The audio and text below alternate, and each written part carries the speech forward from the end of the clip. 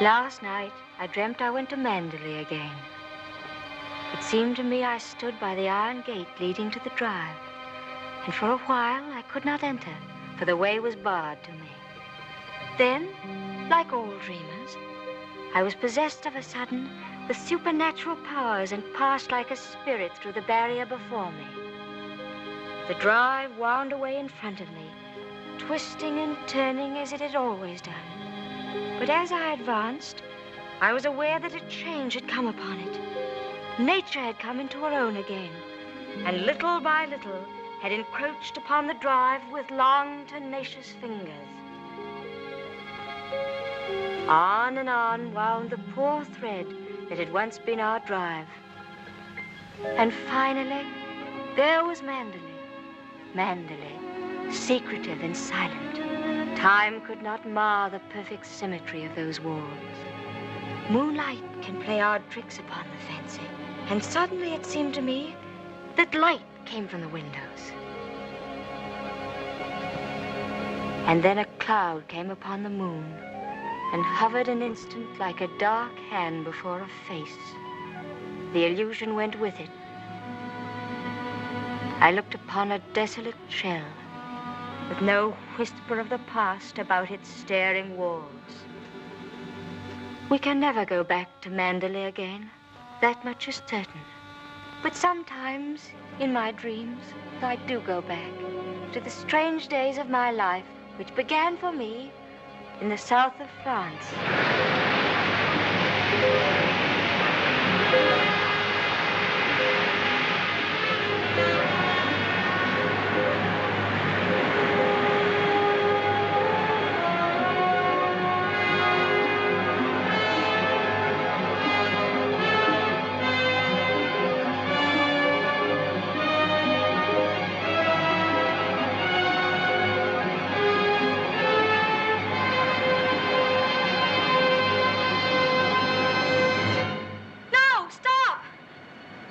What the devil are you shouting about? Who are you? What are you staring at? I'm sorry, I didn't mean to stare, but I only thought... Oh, you did it. Well, what are you doing here? I was only walking. Well, get on with your walking. Don't hang about here screaming.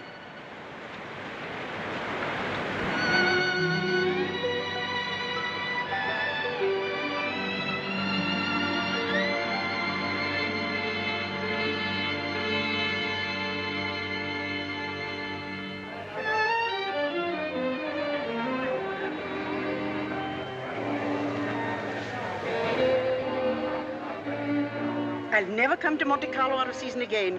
Not a single well-known personality in the hotel.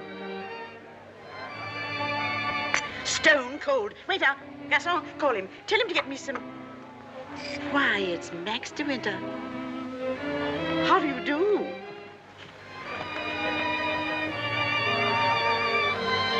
How do you do? I'm Edith Van Hopper. It's so nice to run into you here, just when I was beginning to despair of finding any old friends here in Monte. But do sit down and have some coffee. Mr. De Winter's having some coffee with me. Go and ask the stupid waiter for another cup. I'm afraid I must contradict you. You shall both have coffee with me. Garçon, give me some coffee, please. Cigarette? No, thank you.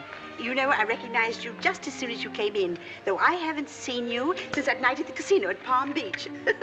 Perhaps you don't remember an old woman like me. Are you playing the tables much here at Monte? No, I'm afraid that sort of thing ceased to amuse me years ago. I can well understand that. As for me, if I had a home like Manderley, I should certainly never come to Monte. I hear it's one of the biggest places in that part of the country, and you just can't beat it for beauty. What do you think of Monte Carlo? Or don't you think of it at all? Oh, well, I think it's rather artificial. She's spoiled, Mr. De Winter. That's her trouble.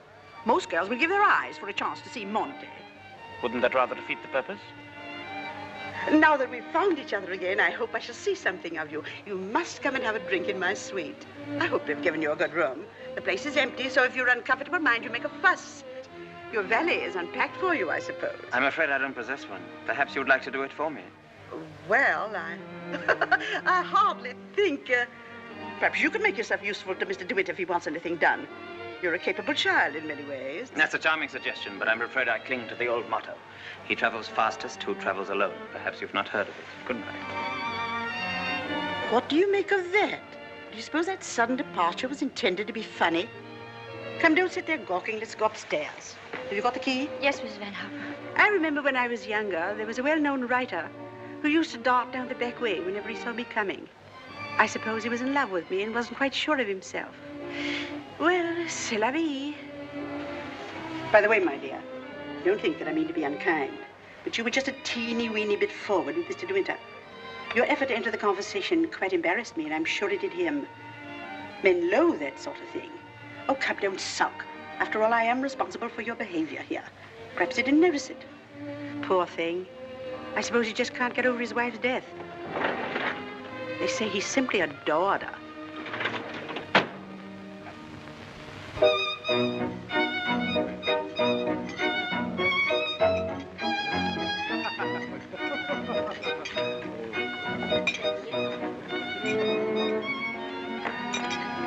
Louis, prenez la commande. Oh, how awkward of me. Oh, what a stupid thing to do. Oh, I'm so sorry. Please don't bother. It doesn't really matter. Oh, leave that, leave that. Go and lay another place at my table. Mademoiselle will have lunch with me. Oh, but I couldn't possibly. Why not? Oh, well, please don't be polite. It's very kind of you, but I'll be all right if they just change the cloth. I wasn't being polite. I should have asked you to have lunch with me, even if we hadn't upset the vase so clumsily. Come along. We needn't talk to each other if we don't feel like it. Well, thank you very much.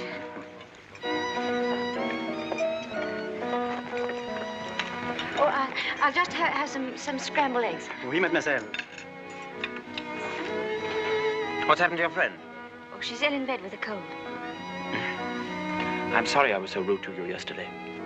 The only excuse I can offer is that I've become boorish through living alone.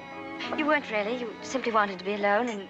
Tell me, is Mrs. Van Hopper a friend of yours or just a relation? No, she's my employer. I'm what is known as a paid companion. I didn't know companionship could be bought. I looked up the word companion in the dictionary once. It said, a friend of the bosom. I don't envy you the privilege. Well, she's very kind, really, and I have to earn my living. Haven't you any family? No, my mother died years and years ago, and then there was only my father, and he died last summer. And then I took this job. How rotten for you. Yes, it was rather, because, you see, we got on so well together. You and your father? Yes, he was a lovely person, very unusual. What was he? A painter. Ah, was he a good one? Well, I thought so, but people didn't understand him. Yes, that's often the trouble. He painted trees. At least it was one tree. You mean he painted the same tree over and over again? Yes, you see, he had a theory that if you should find one perfect thing or place or person, you should stick to it. Do you think that's very silly? Not at all. I'm a firm believer in that myself. And what did you find to do with yourself while he was painting his tree? Well, I sat with him and I sketched a little. I don't do it very well, though. Oh, you're going sketching this afternoon? Yes. Where? Oh, I haven't made up my mind. I'll drive you somewhere in the car. Oh, no, please, I didn't mean... Oh, nonsense. Finish up that mess and we'll get along. Thank you, it's very kind of you, but I'm not very hungry. Oh, come on, eat it up like a good girl.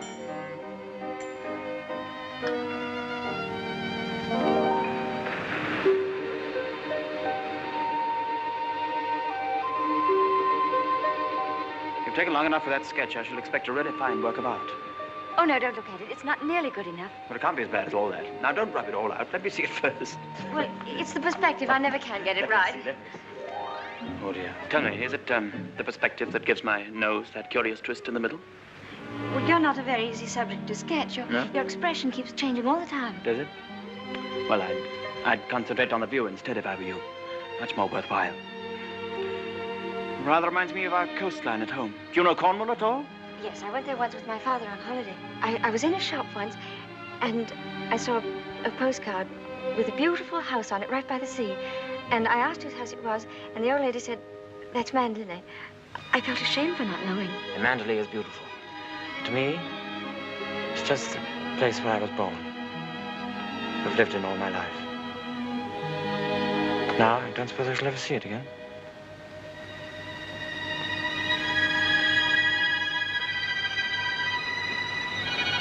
We're lucky not to be home during the bad weather, aren't we?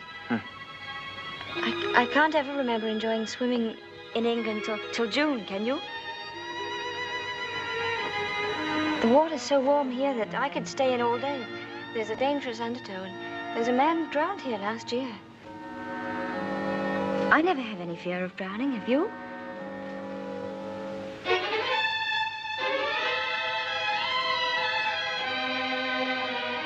Come, I'll take you home.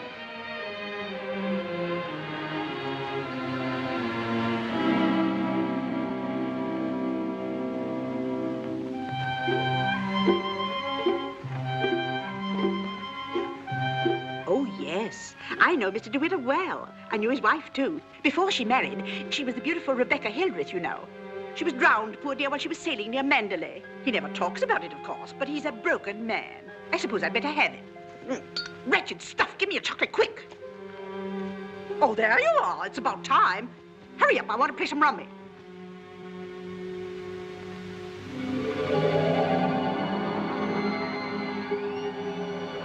She was the beautiful Rebecca Hildreth, you know. They say he simply adored her. She was the beautiful Rebecca Hildreth, you know. I suppose he just can't get over his wife's death. She was the beautiful Rebecca Hildreth, you know. But he's a broken man. Bonjour. Well, where are you going? Oh, I thought I'd take a tennis lesson. I see. I suppose you've had a look at the pro, and he's desperately handsome, and you've conceived a schoolgirl crush on him. All right, go ahead, make the most of it.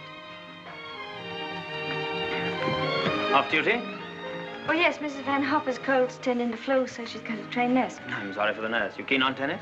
No, not particularly. That's good. We'll go for a drive.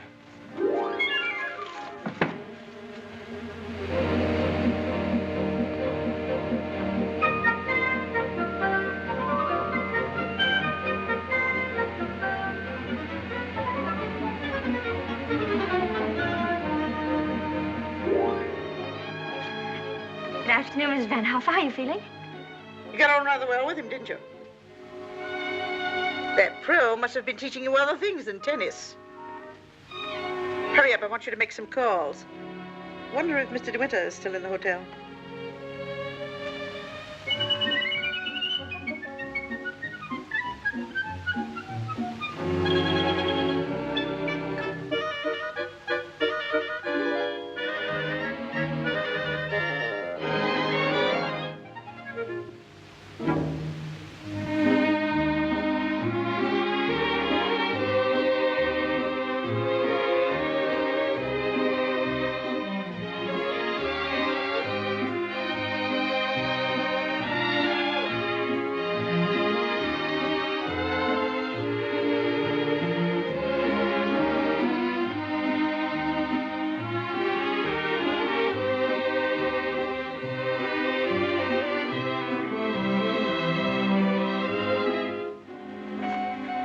May I go now?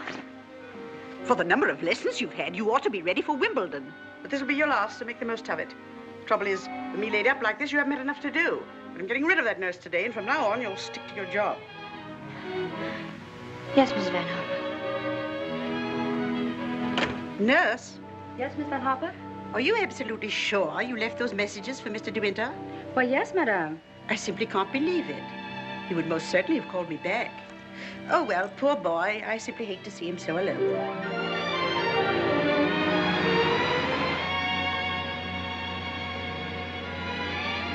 You know, I wish there could be an invention that bottled up the memory like perfume, and it never faded, never got stale. And then whenever I wanted to, I could uncork the bottle and live the memory all over again. And what particular moment in your young life would you want to keep? Oh, all of them, all these last few days. I feel as though I'd collected a whole shelf full of bottles. Sometimes, you know, those little bottles contain demons that have a way of popping out at you just as you're trying most desperately to forget.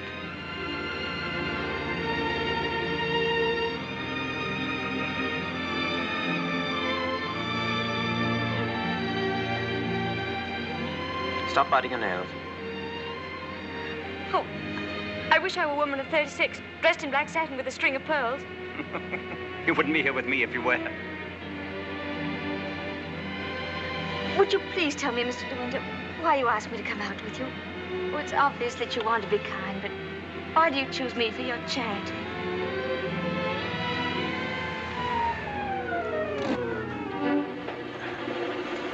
I asked you to come out with me because I wanted your company. You've blotted out the past for me more than all the bright lights of Monte Carlo. But if you think I just asked you out of kindness or charity, you can leave the car now and find your own way home. Go on, open the door and get out.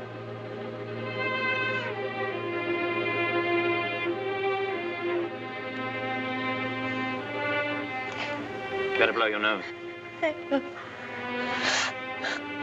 Please don't call me Mr. De Winter. I've a very impressive array of first names. George Fortescue Maximilian. But you needn't bother with them all at once. My family call me Maxim. And another thing. Please promise me never to wear black satin or pearls. Or to be 36 years old. Yes, Maxim.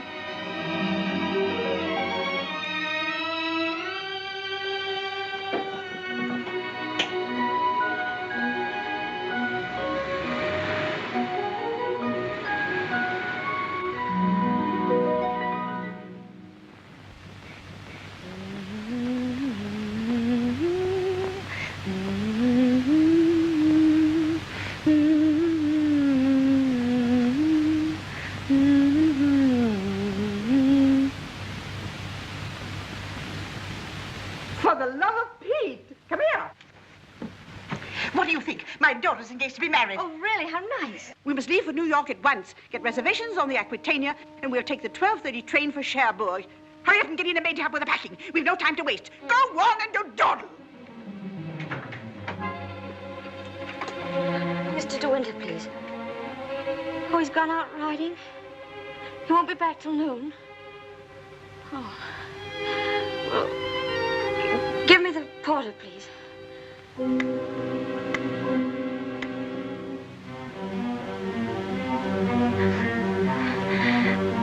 I'll go and see if there's anything left in my room.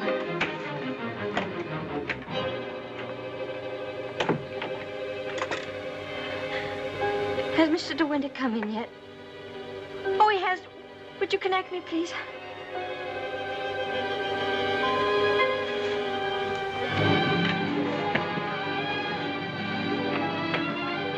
Oh, I was looking for my book. I suppose I've packed it. Well, come on. The car's waiting at the door.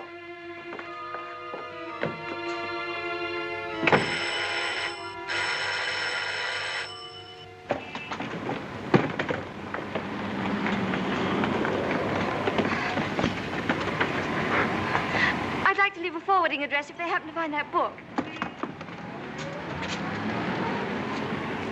Would you ring Mr. De Winter, please? Yes, madame. 182.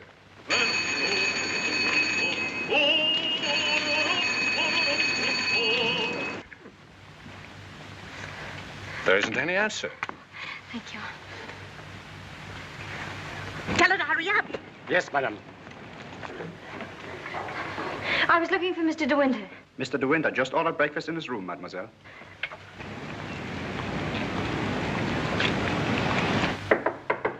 Come in.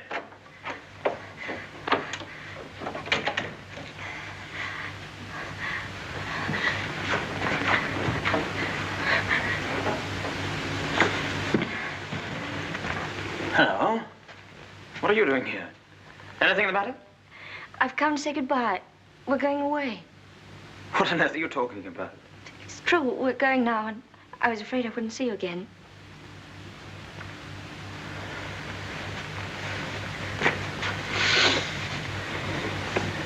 Where's she taking you to?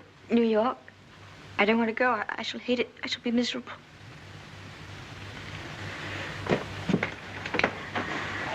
I'll dress in here. I shan't be long. Which would you prefer? New York or Mandalay? Oh, please don't joke about it. Mrs. Van Hopper's waiting, and I'd better say goodbye now. I repeat what I said. Either you go to America with Mrs. Van Hopper, or you come home to Mandalay with me. You mean you want a secretary or something? I'm asking you to marry me, you little fool.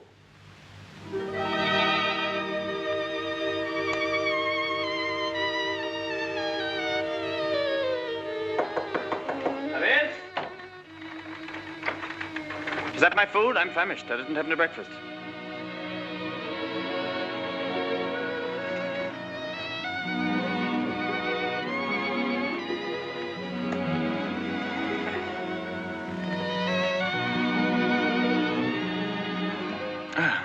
My suggestion didn't seem to go at all well. Sorry. Oh, but you don't understand. It's that well, I'm not the sort of person men marry. What on earth do you mean? I don't belong in your sort of world, for one thing. Well, what is my sort of world? Oh, well, Mandeline, you know what I mean. Well, I'm the best judge of whether you belong there or not. Of course, if you don't love me, that's a different thing. Fine blow to my conceit, that's all. Oh, I do love you. I love you most dreadfully. I've been crying all morning because I thought I'd never see you again.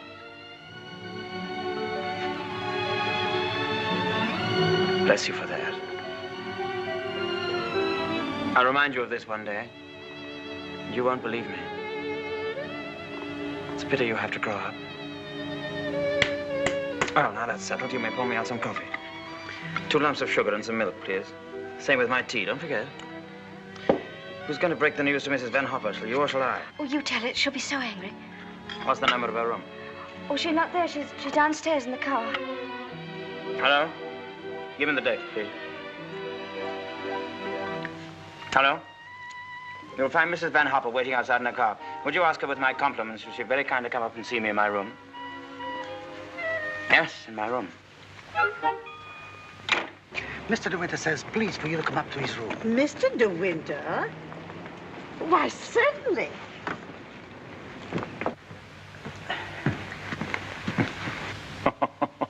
This isn't at all your idea of a proposal, is it? It should be in a conservatory. You in a white frock with a red rose in your hand, and a violin playing in the distance, and I should be making violent love to you behind a palm tree. Poor darling. Never mind. Oh, I don't mind. Don't worry, don't worry. You won't have to say a word. I'm so glad you called me, Mr. De Winter. I was making a hasty departure. It was so rude of me not to let you know. But a cable came this morning announcing that my daughter is engaged to be married. That's rather a coincidence, Mrs. Van Hopper. I asked you up here in order to tell you of my engagement. You don't mean it? Oh, how perfectly wonderful. How romantic. Who is the lucky lady? I apologize for depriving you of your companion in this abrupt way. I do hope it won't inconvenience you too greatly. When did all this happen? Just now, Mrs. Van Hopper. Just a few minutes ago. I simply can't believe it. And I suppose I ought to scold you for not having breathed a word of all of this to me. What am I thinking of? I shall give you both my congratulations and my blessings. I'm very happy for you both. When and where is the wedding to be? Here, as soon as possible. A whirlwind romance. Splendid. I could easily postpone my sailing for a week. This poor child has no mother, so I shall take responsibility for all the arrangements. Trousseau, reception, and everything, and I'll give the bride away. When I luggage, go down and tell the porter to take everything out of the car. Just a minute. We're most grateful, Mrs. Van Hopper, but I think we'd both prefer to have it all as quiet as possible. And I couldn't possibly allow you to change your sailing plans. Oh, but... No. Dear, I'll go down and see that your luggage is brought back. Thank you, Max. So this is what's been happening during my illness. Tennis lessons, my foot. I suppose I have to hand it to you for a fast worker. How did you manage it? Still waters certainly run deep. Tell me, have you been doing anything you shouldn't? I don't know what you mean. Oh, well, never mind. I always did say that Englishmen have strange tastes. But you certainly have your work cut out as mistress of Manderley. To be perfectly frank with you, my dear, I can't see you doing it. You haven't the experience. You haven't the faintest idea of what it means to be a great lady. Of course, you know why he's marrying you, don't you? You haven't flattered yourself that he's in love with you. Fact is, that empty house got on his nerves to such an extent, he nearly went off his head. He just couldn't go on living alone. You better leave, Mrs. Van Hopper. You'll miss your train.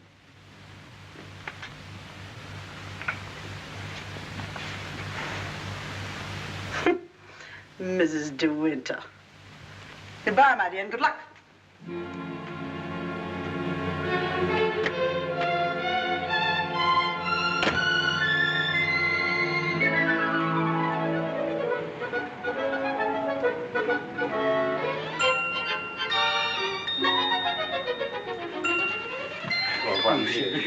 Merci.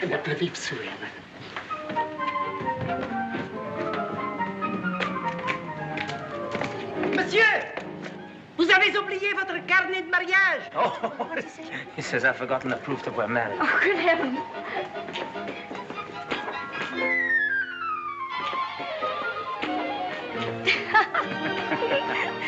Ah, somebody else had the same idea.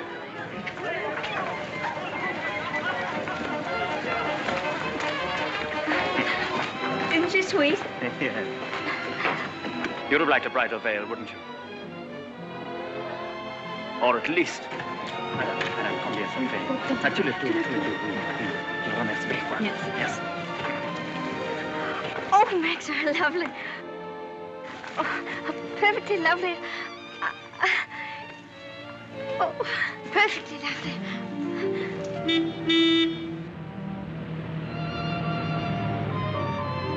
Welcome home, Mr. De Winter. Thank you, Smith.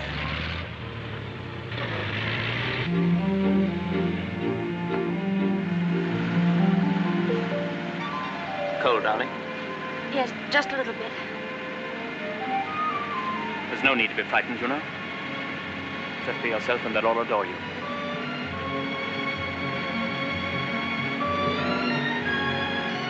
You don't have to worry about the house at all. Mrs. Danvers is the housekeeper. Just leave it to her.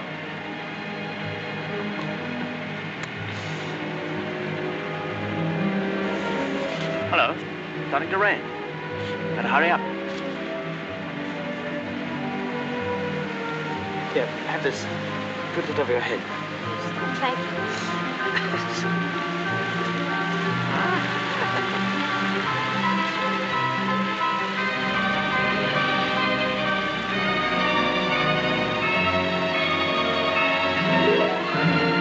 That's it. That's Manderley.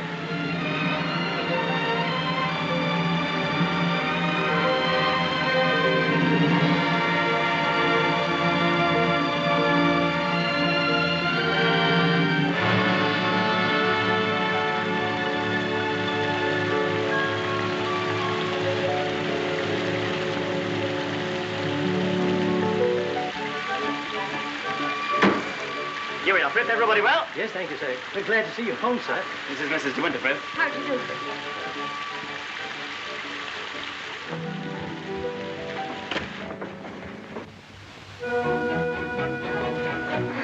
I didn't expect the whole staff to be in attendance. Mr. Danvers' orders, sir. Oh. Sorry about this. Won't take long.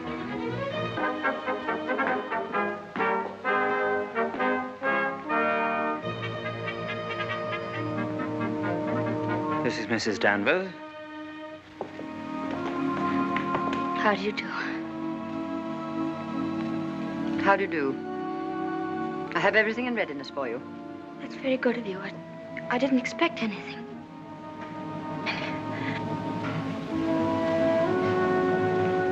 I think we'd like some tea, Frith. Ready in the library, sir. Come along, darling.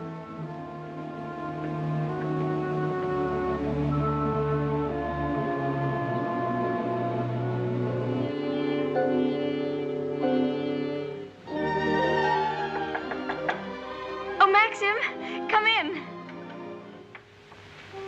Oh, good evening, Mrs. Danvers. Good evening, madam.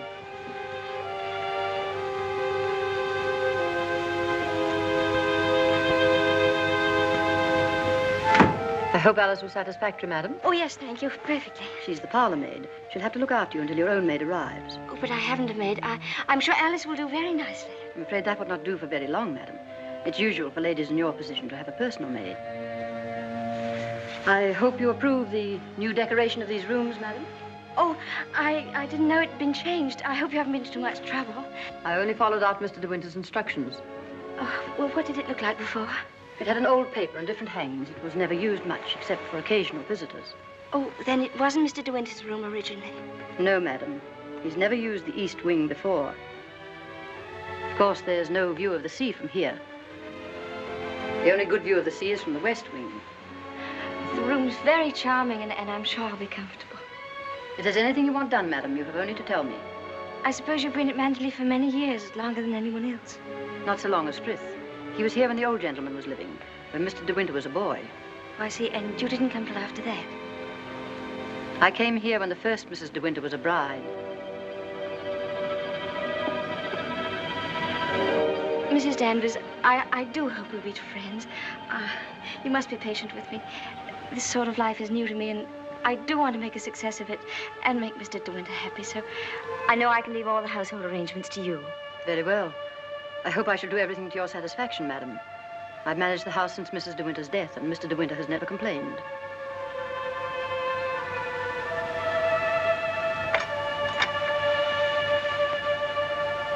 I think I'll go downstairs now.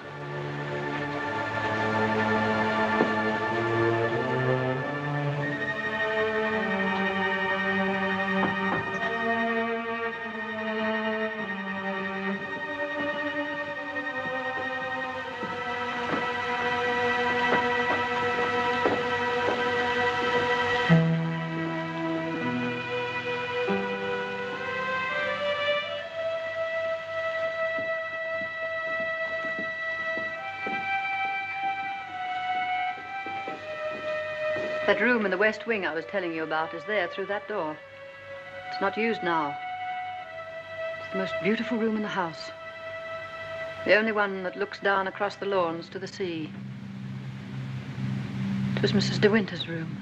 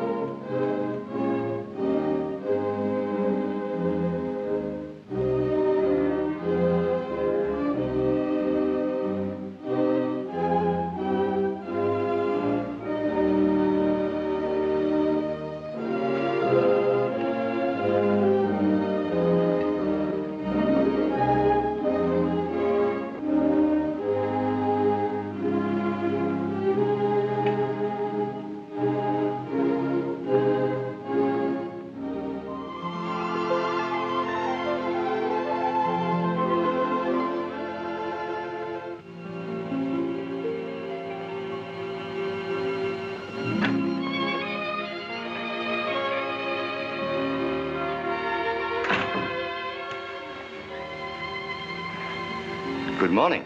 Good morning. You're Mrs. De Winter, aren't you? Yes. My name's Crawley. I manage the estate for Maxim. Awfully glad to meet you. There's a fearful lot of stuff piled up while Maxim was away. Yes, I'm sure there must have been. I do wish I could help with some of it. No, no. Frank never allows anybody to help him.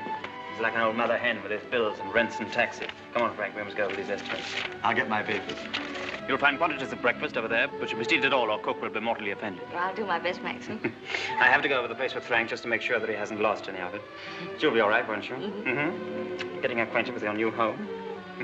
Have a look at the Times. There's a thrilling article on what's the matter with English cricket. Oh, yes.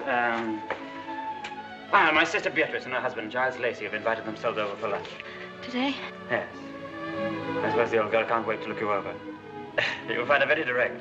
If she doesn't like you, she'll probably tell you so to your face. Don't worry, darling. I'll be back in time to protect you from her. Goodbye, darling. Goodbye, Maxim. Goodbye. Goodbye.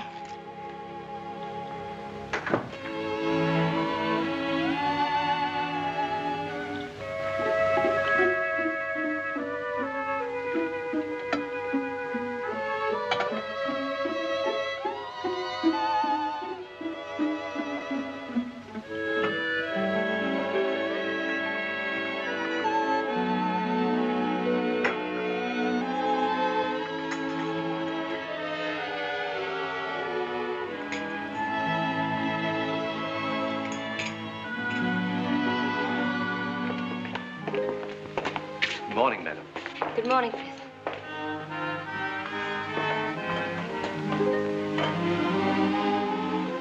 Isn't there anything I could get for you, madam? Oh, no, thank you, Frith. I'm really not very hungry. Thank you. The paper, madam. Oh, yes, thank you, Frith.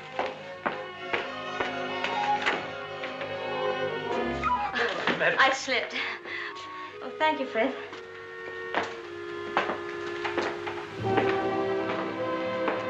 It's big, isn't it? Yes, madam. Mandalay is a big place. This was the banquet hall in the old days.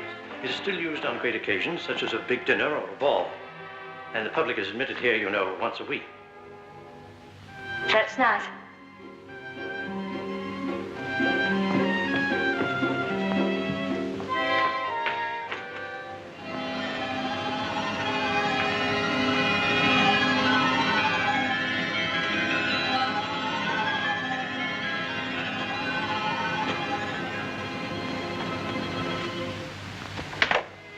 I beg pardon, madam. I'm afraid the fire is not usually lit in the library until the afternoon, but you'll find one in the morning room. Of course, if you wish this fire lit now, madam. Oh, no, Frith, I wouldn't dream. Mrs. De Winter, I mean the late Mrs. De Winter always did her correspondence and telephoning in the morning room, after breakfast. Thank you, Frith.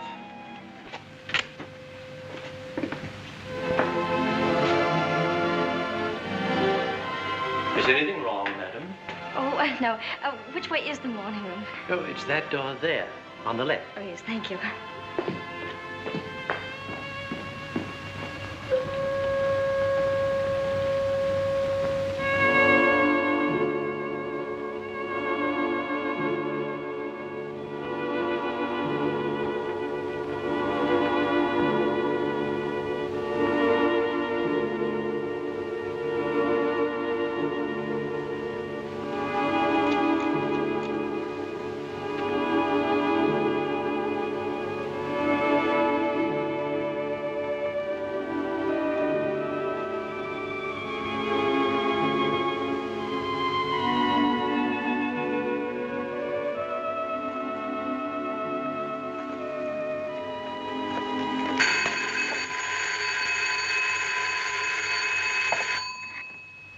Mrs. De Winter?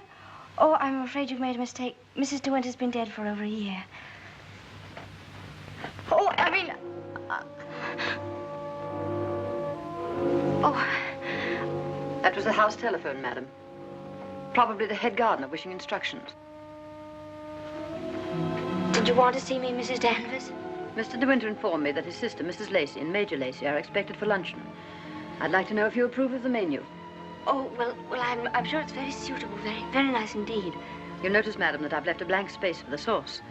Mrs. De Winter was most particular about sauces. Let's have whatever you think that Mrs. De Winter would have ordered. Thank you, madam. When you've finished your letters, Robert will take them to the post. My letters? Oh, yes, of course. Thank you, Mrs. Danvers.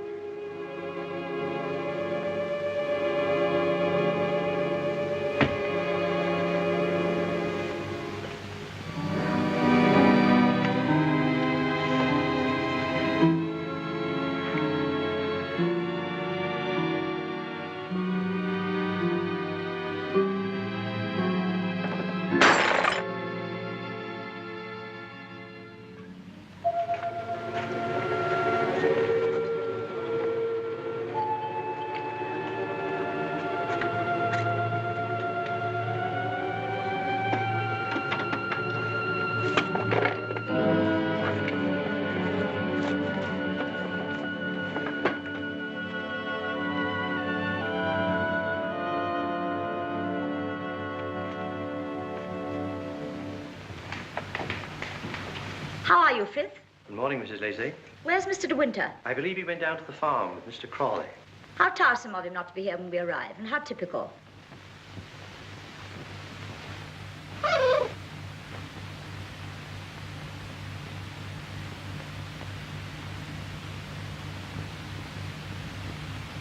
I must say old Danvers keeps the house looking lovely. She certainly learnt that trick of arranging flowers from Rebecca. I wonder how she likes it now, being ordered about by an ex-chorus girl. Now, where on earth did you get the idea she's an ex-chorus girl? He picked her up in the south of France, didn't he? What if he did? Well, I mean to say, there you are.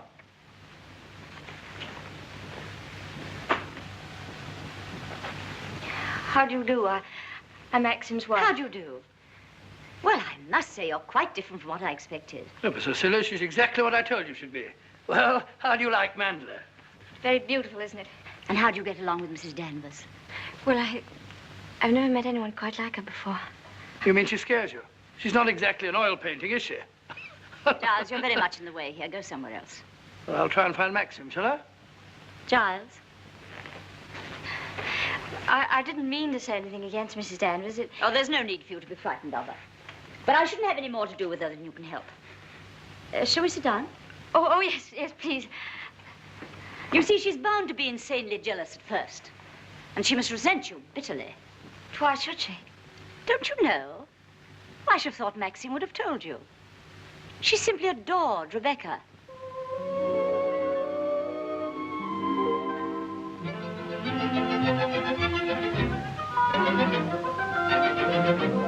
How are you, Robert? Quite well, thank you, madam. Still having trouble with your teeth? Unfortunately, yes, madam. You should have them out. All of them.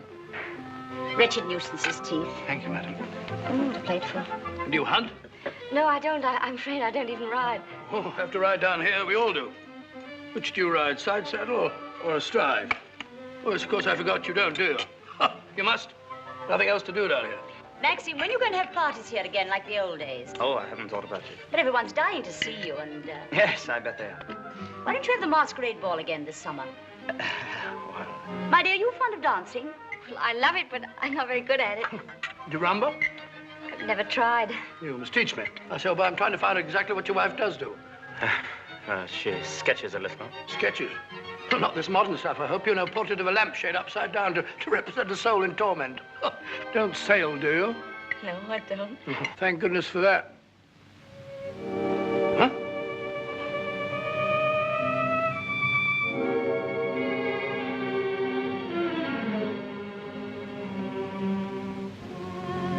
You're very much in love with Maxim, aren't you? Yes, I can see you are.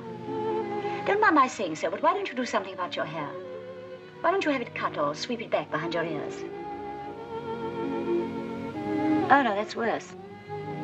What does Maxim say about it? Does he like it like that? Well, he never mentions it. Oh, well, don't go by me. I can see by the way you dress you don't care a hoot how you look. But I wonder Maxim hasn't been at you. He's so particular about clothes. I don't think he ever notices what I wear. Oh, well, he must have changed a lot then. You mustn't worry about old Maxim and his moods. One never knows what goes on in that quiet mind of his. Often he gets into a terrible rage. And when he does... But I don't suppose he'll lose his temper with you. You seem such a placid little thing. Come on, old girl. We've got to be on the first tee at 3 o'clock. All right, I'm coming. Oh, goodbye, Maxim, old boy. Goodbye, Giles. Thanks for coming, old boy. Goodbye, my dear. Forgive me for asking you so many rude questions. We both really hope you'll be very happy. Thank you, Beatrice. Thank you very much. And I must congratulate you upon the way Maxim looks. We were very worried about him this time last year. But then, of course, you know the whole story. Goodbye, Beatrice, darling. Goodbye, old boy. Yes, there is.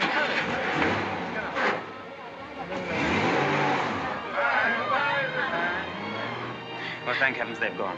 Now we can have a walk about the place. Looks as though we might have a shower, but you won't mind that, will you? No, but wait a minute. I'll go upstairs and get a coat. There's a heap of mackintoshes in the flower room. Robert, run and get a coat from the flower room for Mrs. De Winter, will you? What do you think of Beatrice? Oh, I liked her very much, but she kept saying that I was quite different from what she expected. What the devil did she expect? Oh, someone smarter and more sophisticated, I'm afraid. Oh. Do you like my hair? Your hair? Yes, of course I do. What's the matter with it? Oh, I don't know. I just wondered. How funny you are. Thank you. Do I have to put it on? Yes, certainly, certainly, certainly. Can't be too careful with children. Come on, Jasper, come and take some of that fat off.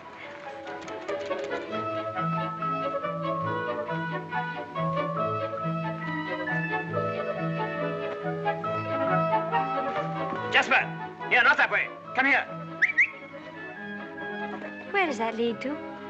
Oh, it leads to a little cove where we used to keep a boat. Oh, let's go down there. Well, no, it's a perfectly dull, uninteresting stretch of sand, just like any other. Oh, please. Well, all right, we'll walk down and take a look if you really want to.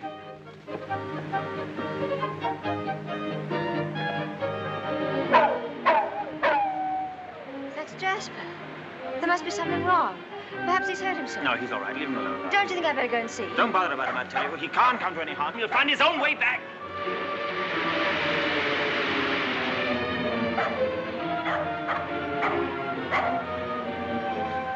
Jasper! Jasper! Oh, there you are.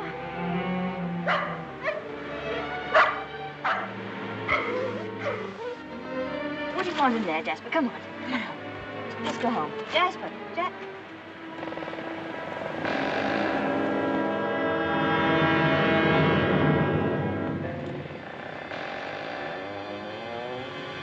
Oh. I didn't know that there was anybody. I know that dog. He comes from the house. He ain't yourn. No, he's Mr. De Winter's dog. Have you anything I could tie him with?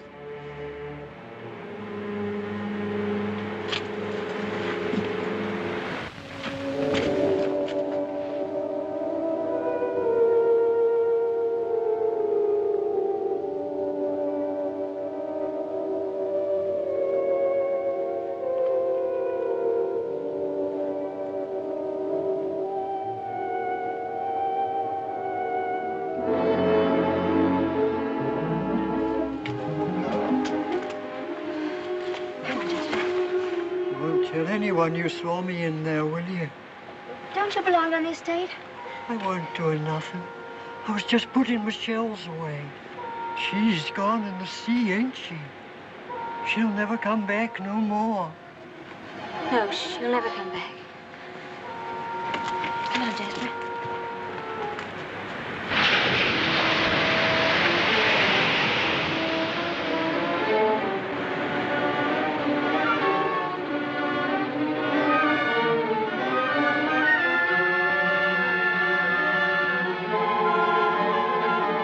Maxim! What's the matter? Maxim! I'm sorry I was such a time, but I had to find a rope for Jasper. Hurry up, Jasper, for heaven's sake. Please wait for me. Maxim, what is it? You look so angry. You knew I didn't want you to go there, but you deliberately went. Why not? There was only a cottage down there and a strange man who was... You didn't go into the cottage, did you? Yes, the door... Well, don't go there again, do you hear? Why not? Because I hate the place, and if you had my memories, you wouldn't go there or talk about it or even think about it. What's the matter? Oh, I'm sorry, please. You should have stayed away. You should never have come back to Mandalay. Oh, what a fool I was. I made you unhappy. Somehow I've hurt you. Oh, I can't bear to see you like this. Because I love you so much. Do you? Do you? Ah, I've made you cry. Forgive me. I sometimes seem to fly off the handle for no reason at all. Don't I? Come. We'll go home and have some tea and forget all about it. Yes, let's forget all about it. Here, let me have Jasper.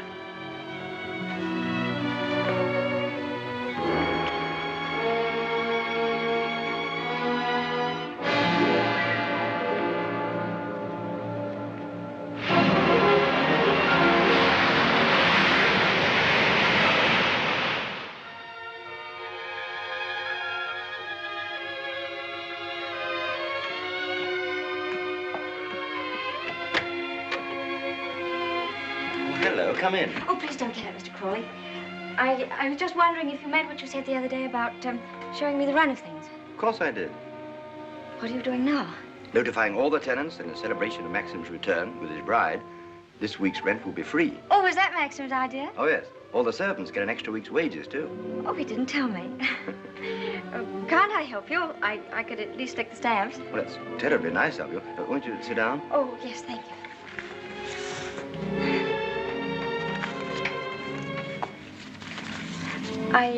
I was down at the cottage on the beach the other day. There was a man there, a queer sort of person. Jasper kept barking at him. Oh, yeah. Must have been Ben. Excuse me. He's quite harmless. We give him odd jobs now and then. That cottage place seemed to be going to rack and ruin. Why isn't something done about it? Well, I think if Maxim wanted anything done about it, he'd tell me. Are those all Rebecca's things down there? Yes. Yes, they are. What did she use the cottage for? The boat used to be moored near there. What boat? What happened to it? Was that the boat she was sailing in when she was drowned? Yes. Capsized and sank. She was washed overboard. Wasn't she afraid to go out like that alone? She wasn't afraid of anything. Where did they find her? Near Edgecombe. About 40 miles up channel, about 2 months afterwards. Maxim went up to identify her. It was horrible for him. Yes, it must have been. Mr. Crawley, please don't think me morbidly curious. It isn't that. It's just that I feel at such a disadvantage. All the time, whenever I meet anyone, Maxim's sister or even the servants, I know they're all thinking the same thing. They're all comparing me with her, with Rebecca. Oh, you mustn't think that. I can't tell you how glad I am that you married Maxim. It's going to make all the difference to his life. And from my point of view, it's very refreshing to find someone like yourself who's not entirely in tune, shall we say, with Mandalay. That's very sweet of you. I dare say I've been stupid, but every day I realize the things that she had and that I lacked. Beauty and wit and intelligence and all the things that are so important in a woman. qualities that are just as important. More important, if I may say so. Kindness and sincerity and, if you'll forgive me, modesty mean more to a husband than all the wit and beauty in the world. We none of us want to live in the past. Maxim least of all. It's up to you, you know, to lead us away from it. I promise you I won't bring this up again, but before we end this conversation, would you answer just one more question? If it's something I'm able to answer, I'll do my best. Tell me, what was Rebecca really like?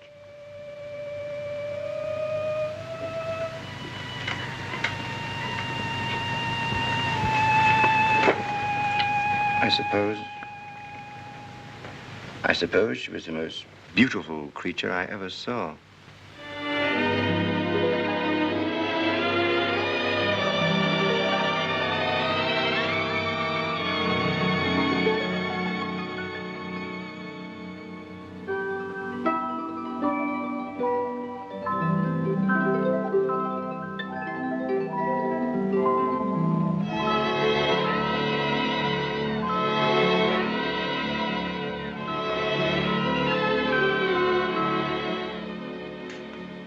Good evening, Maxim.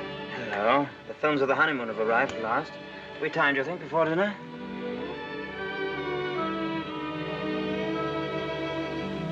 What on earth have you done to yourself? Oh, nothing. I just ordered a new dress from London. I hope you don't mind. Oh, no.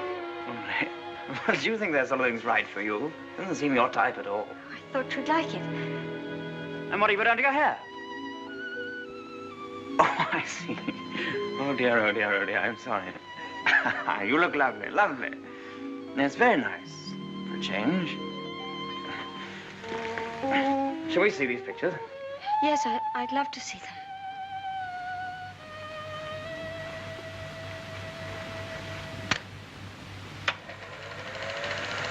Ah, look now.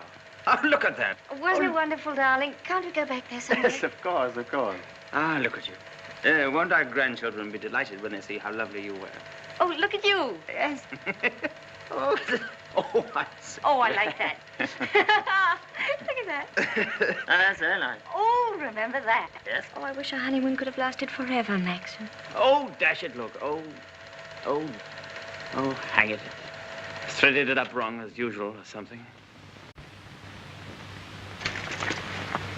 Yes, Frith, what is it? Excuse me, sir. May I have a word with you? Yes. Come in. It's about Robert, sir. There's been a slight unpleasantness between him and Mrs. Danvers. Oh, dear. Robert is very upset. Oh, this is trouble. What is it? It appears that Mrs. Danvers has accused Robert of stealing a valuable ornament from the morning room. Robert denies the accusation most emphatically, sir. What was the thing, anyway? China Cupid, sir. Oh, dear, that's one of our treasures, isn't it? Well, tell Mrs. Danvers to get to the bottom of it somehow and tell her I'm sure it wasn't Robert. Very good, sir. Oh, why do they come to me with these things? That's your job, sweetheart. Maxim, I wanted to tell you, but, well, I forgot. The fact is, I broke the China Cupid. You broke it? Now, why on earth didn't you say something about it when Frith was here? I don't know. I didn't like to.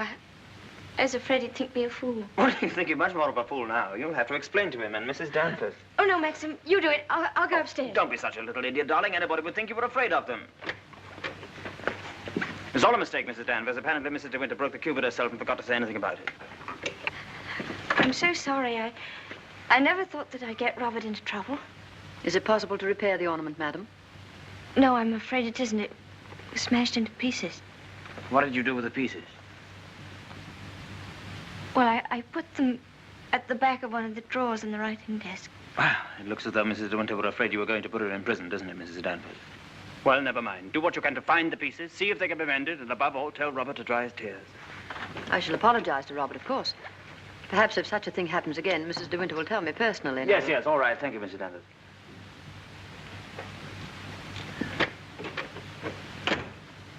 Well, I suppose that clip will hold all right. I don't know.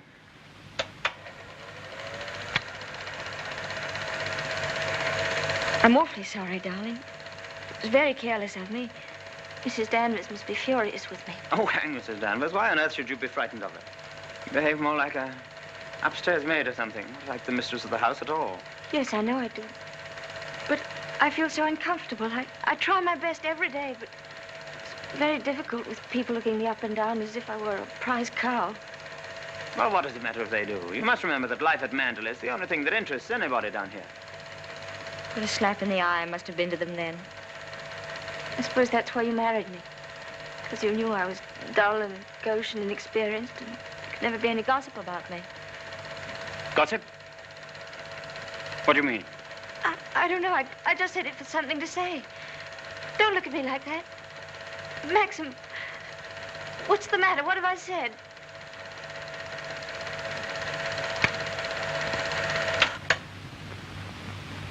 Wasn't a very attractive thing to say, was it? No.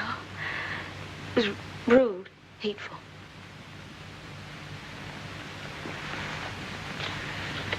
I wonder if I did a very selfish thing in marrying you. How do you mean? I'm not much of a companion to you, am I? You don't get much fun, do you? You ought to have married a boy. Someone of your own age. Maxim, why do you say this? Of course we're companions. Are we? I don't know. I'm very difficult to live with. No, you're not difficult. You're easy, very easy. Our marriage is a success, isn't it? A great success. We're happy, aren't we? Terribly happy.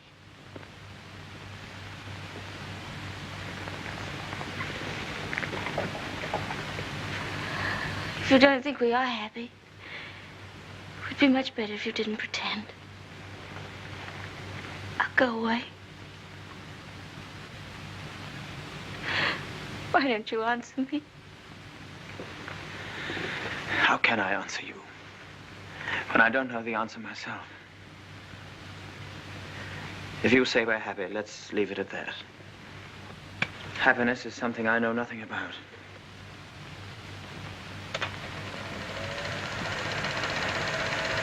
Oh, look. There's the one when I left the camera running on the tripod, remember?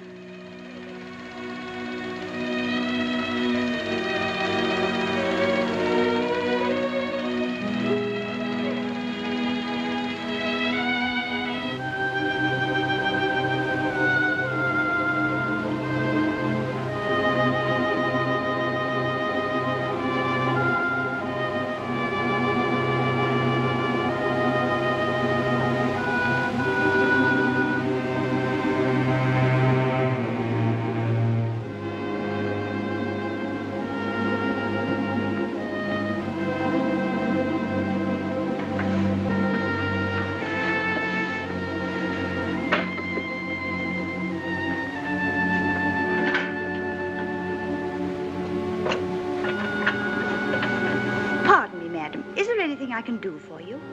I'm all right, Hilda. Thank you very much. I'll bring the sandwiches immediately, madam.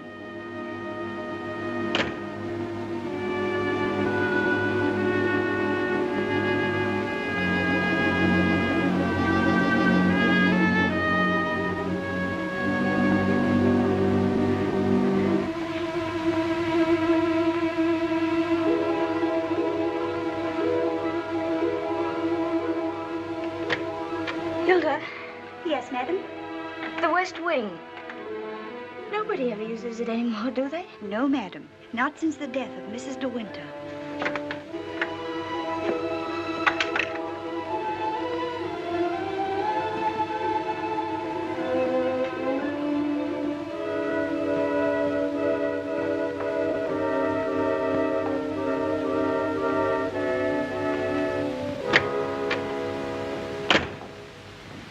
Come along, Mr. Jack, or someone may see you.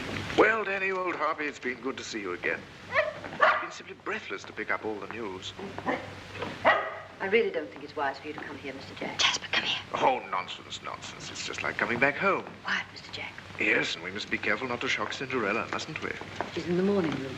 If you leave through the garden door, she won't see you. I must say I feel a little like the poor relation sneaking around through back doors. Well, toodaloo, Danny. Goodbye, Mr. Jack. And please be careful.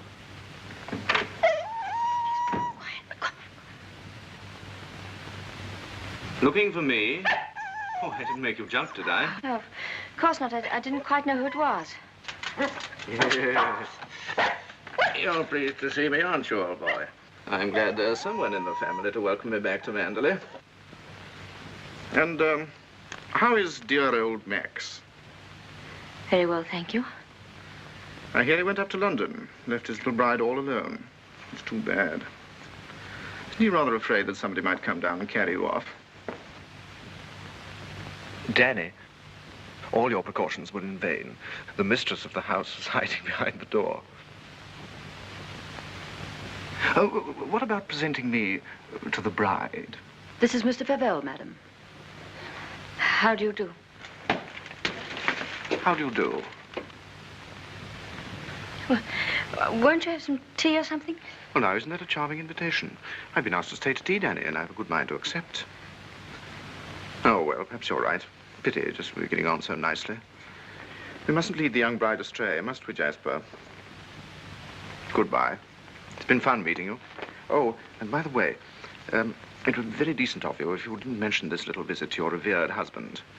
He doesn't exactly approve of me. Very well. That's very sporting of you. I wish I had a young bride of 3 months waiting for me at home. I'm just a lonely old bachelor. Fare thee well. Oh, and I know what was wrong with that introduction. Danny didn't tell you, did she? I am Rebecca's favorite cousin. Toodaloo.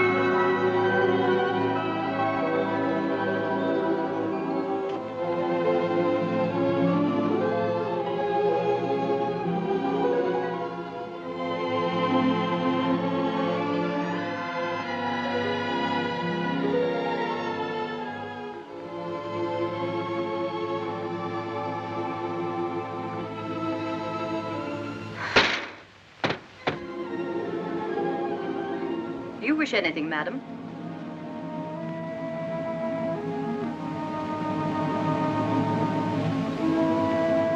I didn't expect to see you, Mrs. Danvers. I noticed that the window wasn't closed, and I came up to see if I could fasten it. Why did you say that?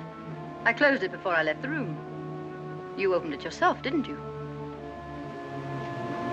You've always wanted to see this room, haven't you, madam? Why did you never ask me to show it to you? I was ready to show it to you every day.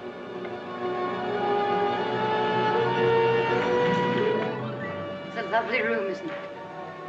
Loveliest room you've ever seen. Everything is kept just as Mrs. De Winter liked it. Nothing has been altered since that last night. Come, I'll show you her dressing room. This is where I keep all her clothes. You would like to see them, wouldn't you?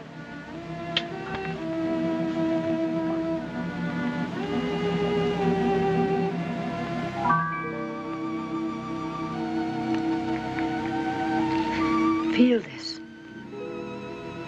It was a Christmas present from Mr. De Winter. He was always giving her expensive gifts the whole year round. I keep her underwear on this side. They were made specially for her by the nuns in the convent of St. Clair. I always used to wait up for her, no matter how late. Sometimes she and Mr. De Winter didn't come home until dawn. While she was undressing, she'd tell me about the party she'd been to. She knew everyone that mattered. Everyone loved her. When she'd finished her bath, she'd go into the bedroom and go over to the dressing table.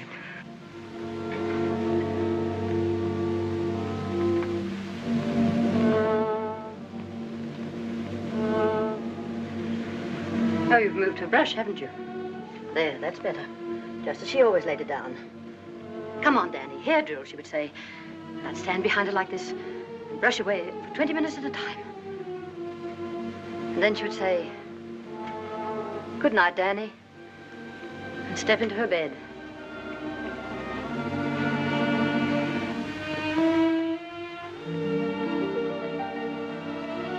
I embroidered this case for her myself, and I keep it here always.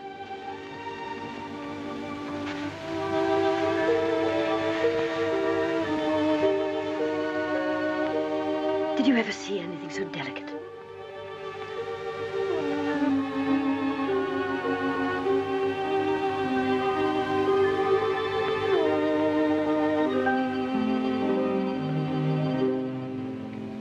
Look, you can see my hand through it.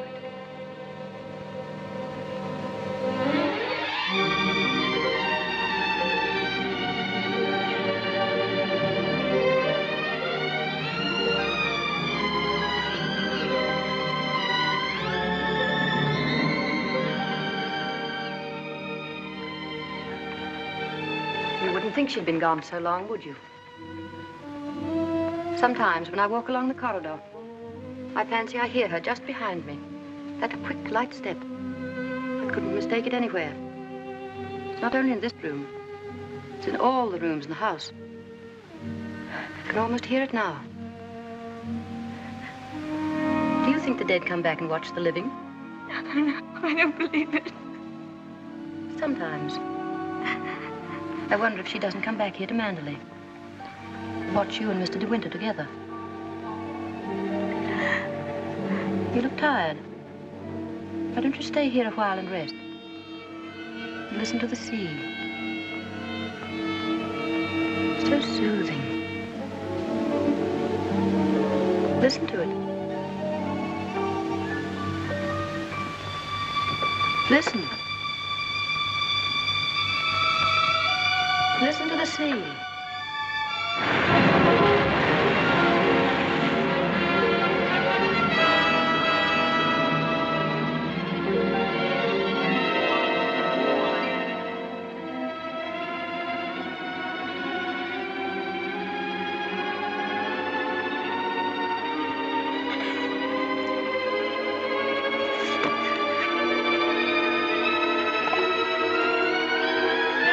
Tell Mrs. Danvers I wish to see her immediately.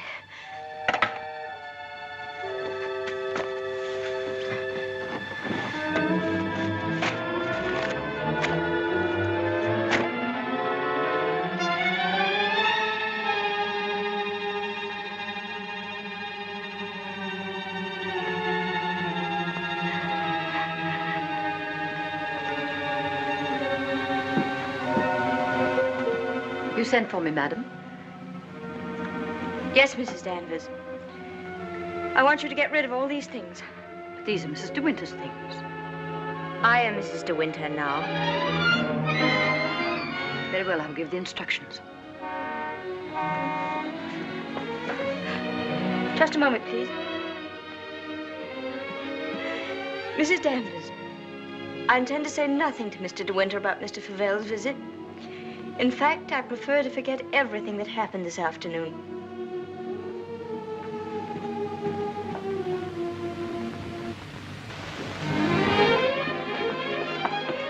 Maxim, you were gone all day. Choking.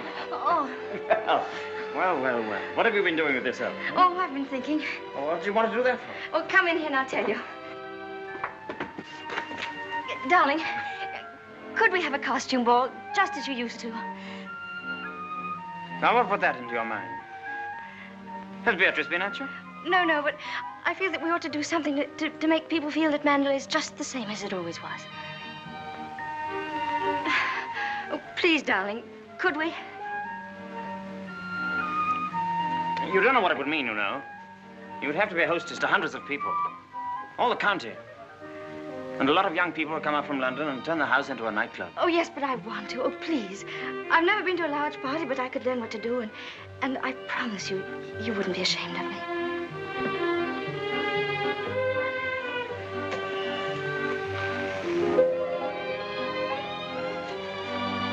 All right, if you think you'd enjoy it. You better get Mrs. Danvers to help you, hadn't you? No, I don't need Mrs. Danvers to help me. I can do it myself. All right, my sweet. Oh, thank you, darling. Thank you. Well, what'll you go as? Oh, I never dress up. That's the one privilege I claim as the host. What will you be, Alice in Wonderland with that ribbon around your hair? No, I won't tell you. I'll design a costume all by myself and give you the surprise of your life.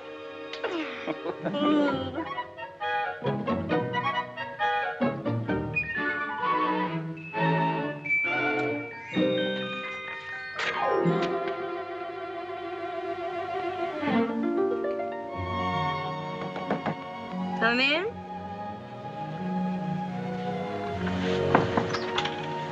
Robert found these sketches in the library, madam. Did you intend throwing them away? Yes, Mrs. Danvers, I did. They were just some ideas I was sketching for my costume for the ball. Hasn't Mr. De Winter suggested anything? No, I want to surprise him.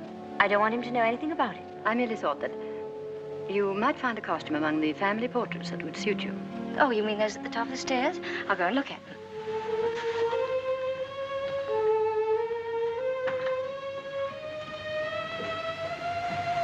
This one, for instance. It might have been designed for you. I'm sure you could have it copied. I've heard Mr. De Winter say that this is his favorite of all the paintings. It's Lady Caroline De Winter, one of his ancestors. Oh, well, that's a splendid idea, Mrs. Danvers. I'm very grateful.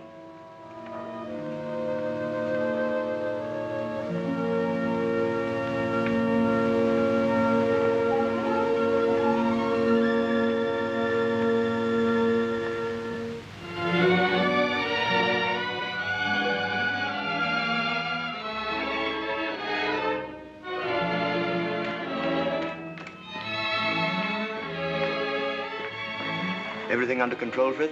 Yes, thank you. Excuse me, sir. Are you supposed to be a schoolmaster? Oh, no.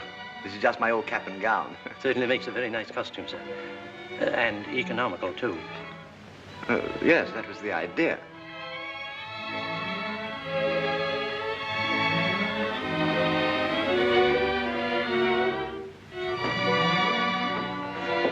Evening, Robert. Not very good weather for the ball. No, sir.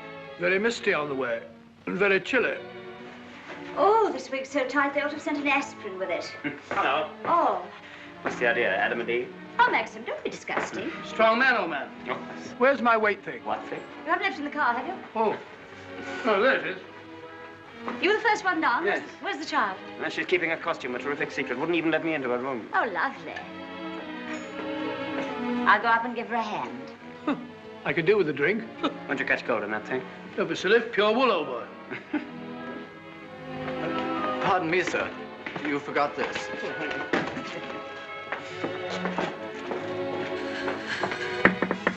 Here I am, dear. It's Bee. I've come to give you a hand. Oh, please don't come in, Beatrice. I don't want anyone to see my costume. Oh. Oh, well, you won't be long, will you? Because the first people will be arriving any moment. Now, you're sure that's where that should be? Yes, madam, it's just right. Oh, isn't it exciting? Indeed it is, madam. I've always heard of the Mandalay Ball, and now I'm really going to see one. Sure, there'll be no one there to touch you, madam. Do you really think so? Now, where's my fan? Now, you're sure I look all right? You look ever so beautiful. Well, here goes.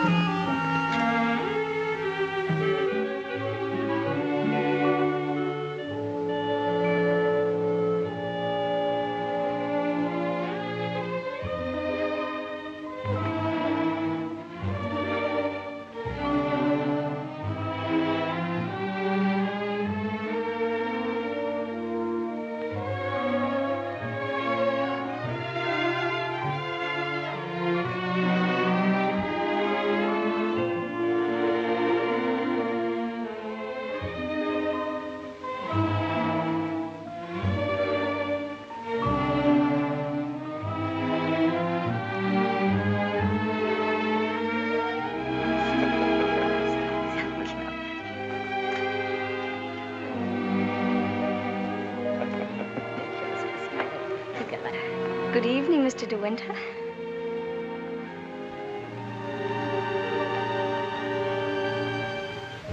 What the devil do you think you're doing? But it's the picture, the one in the gallery. What is it? What have I done? Go and take it off. Doesn't matter what you put on, anything will do. What are you standing there for? Didn't you hear what I said? Sir George and Lady Moore. Dudley Tennant, Admiral and Lady Burbank.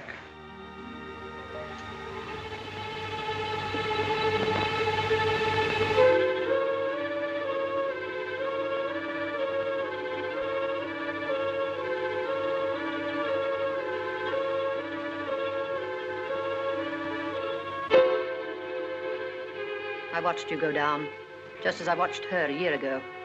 Even in the same dress, you couldn't compare. You knew it. You knew that she wore it, and yet you deliberately suggested I wear it. Why do you hate me? What have I done to you that you should ever hate me so? You tried to take her place. You let him marry you. I've seen his face, his eyes. They're the same as those first weeks after she died. I used to listen to him, walking up and down, all night long, night after night, thinking of her, suffering torture because he'd lost her. I don't want to know. I don't want to know. You thought you could be Mrs. De Winter, live in her house, walk in her steps, take the things that were hers, but she's too strong for you. You can't fight her. No one ever got the better of her, never, never. She was beaten in the end, but it wasn't a man, it wasn't a woman. It was the sea. Oh, stop it, stop it, oh, stop it.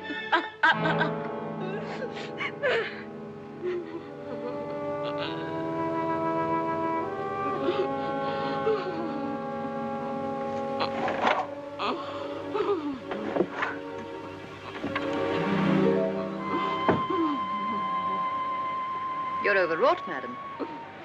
I've opened a window for you. A little air will do you good.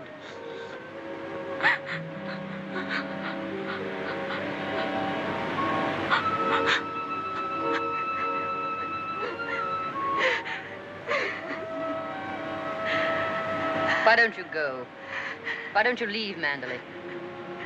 He doesn't need you. He's got his memories. He doesn't love you. He wants to be alone again with her. You've nothing to stay for.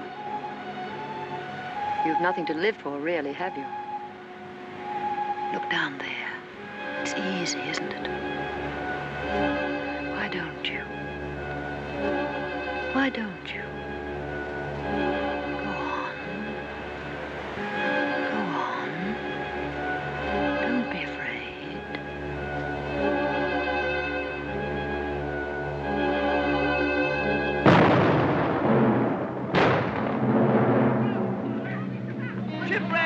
Ship on the rocks!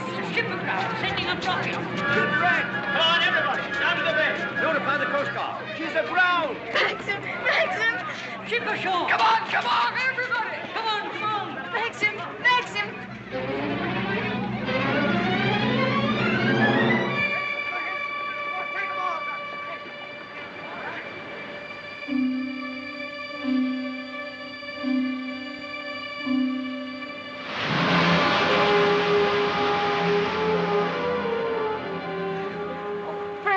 Maxim anywhere? Not since about half an hour ago. I thought he'd gone up to the house. No, he hasn't been in the house at all, and I'm afraid something might have happened to him. Frank, what's the matter? Is anything wrong? There is something wrong. Well, the diver who went down to inspect the bottom of the ship came across the hull of another boat. A little sailboat. Frank, is it? Yes. It's Rebecca's. How did they recognize it? It was a local man. Knew it instantly. It'll be so hard on poor Maxim. Yes. It's going to bring it all back again. And worse than before. Why did they have to find it? Why couldn't they have left it there in peace at the bottom of the sea? Fine. Better get along and arrange some breakfast for the men. All right, Frank, I'll go and look for Maxim.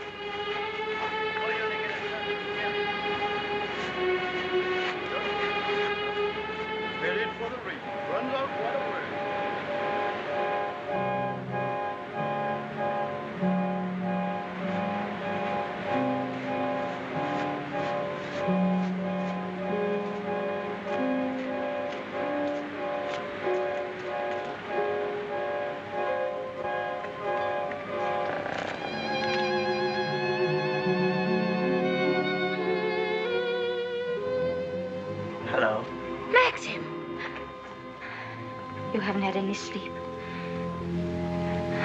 Have you forgiven me? Forgiven you? What have I got to forgive you for? For last night, my stupidity about the costume. Oh, that. I'd forgotten. I was angry with you, wasn't I? Maxim, can't we start all over again? I don't ask that you should love me. I won't ask impossible things. I'll be your friend, your companion. I'll be happy with that.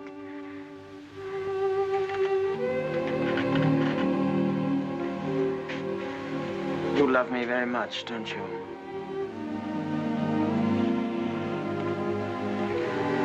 But it's too late, my darling. We've lost our little chance of happiness. No, Maxim, no. Yes. It's all over now. The thing's happened. The thing I've dreaded day after day. Night after night. Maxim, what are you trying to tell me? Rebecca has won. Her shadow has been between us all the time, keeping us from one another. She knew that this would happen. What are you saying? They sent a diver down. He found another boat. Yes, I know. Frank told me. Rebecca's boat. Oh, it's terrible for you. I'm so sorry. The diver made another discovery. Broke one of the ports and looked into the cabin. There was a body in there.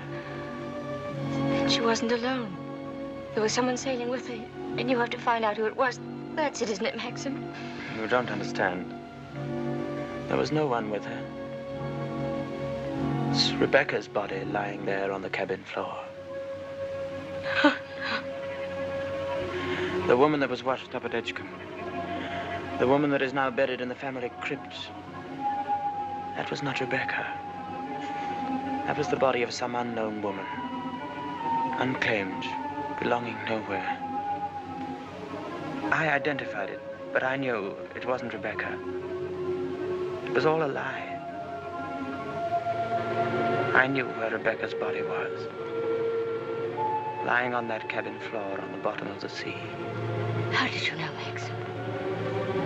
Because I put it there.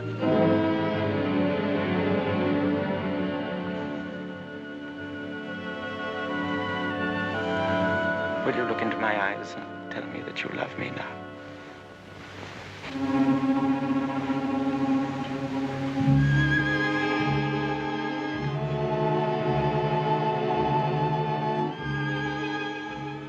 See?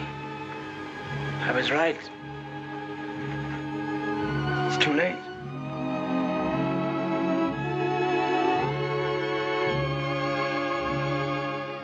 No, it's not too late.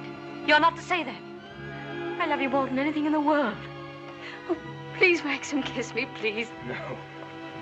It's no use. It's too late. Oh, we can't lose each other now. We must be together always. No secrets, no shadows. We may only have a few days. A few hours. Maxim, why didn't you tell me before? Yeah, you did sometimes, but you never seemed close enough. How could we be close when I knew you were always thinking of Rebecca? How could I even ask you to love me when I knew you loved Rebecca still? What are you talking about? What do you mean? Whenever you touched me, I knew you were comparing me with Rebecca. Whenever you looked at me, or spoke to me, or walked with me in the garden, I knew you were thinking, this I did with Rebecca, and this, and this. Oh, it's true, isn't it? You thought I loved Rebecca? You thought that? I hated her.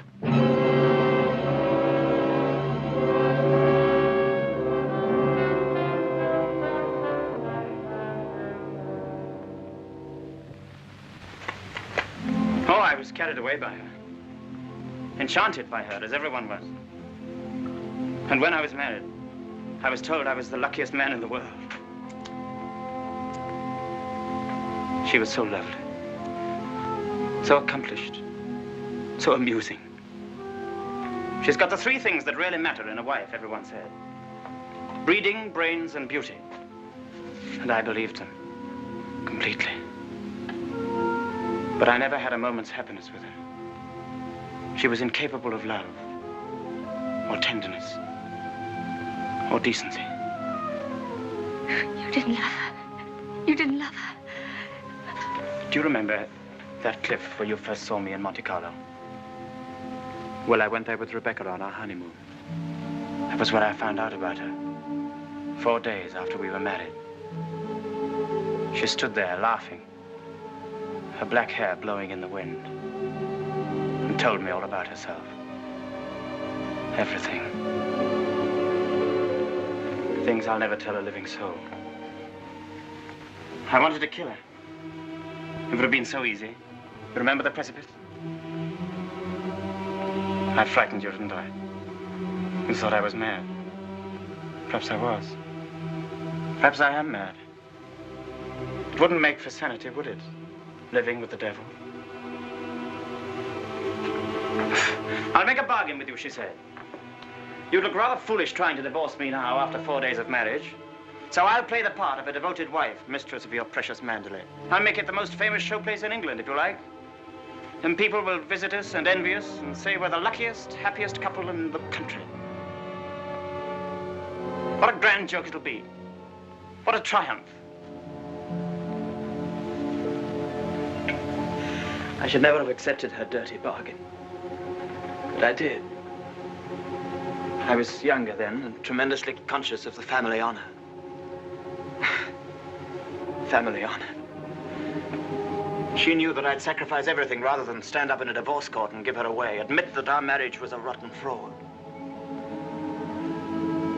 You despise me, don't you? As I despise myself. You can't understand what my feelings were. Can you? Of course I can, darling. Of course I can. Well, I kept the bargain, and so did she, apparently. Oh, she played the game brilliantly. But after a while, she began to grow careless. She took a flat in London, and she'd stay away for days at a time. Then she started to bring her friends down here. I warned her, but she shrugged her shoulders. What's it got to do with you, she said. She even started on Frank. Poor, faithful Frank. Then there was a cousin of hers, a man named Favell. Yes, I know him. Came the day you went to London. Why didn't you tell me? I didn't like to. I thought it would remind you of Rebecca. Remind me? As if I needed reminding. Favell used to visit her here in this cottage. I found out about it, and I warned her that if he came here again, I'd shoot them both.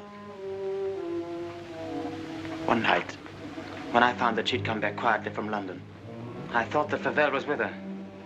And I knew then that I couldn't stand this life of filth and deceit any longer. I decided to come down here and have it out with both of them.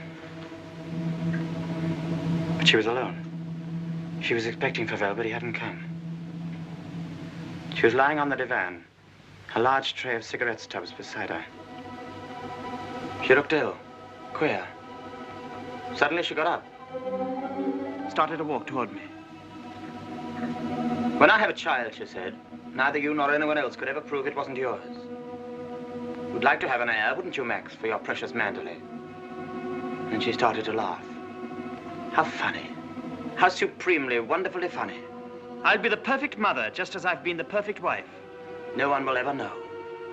It ought to give you the thrill of your life, Max, to watch my son grow bigger day by day, and to know that when you die, Mandalay will be his.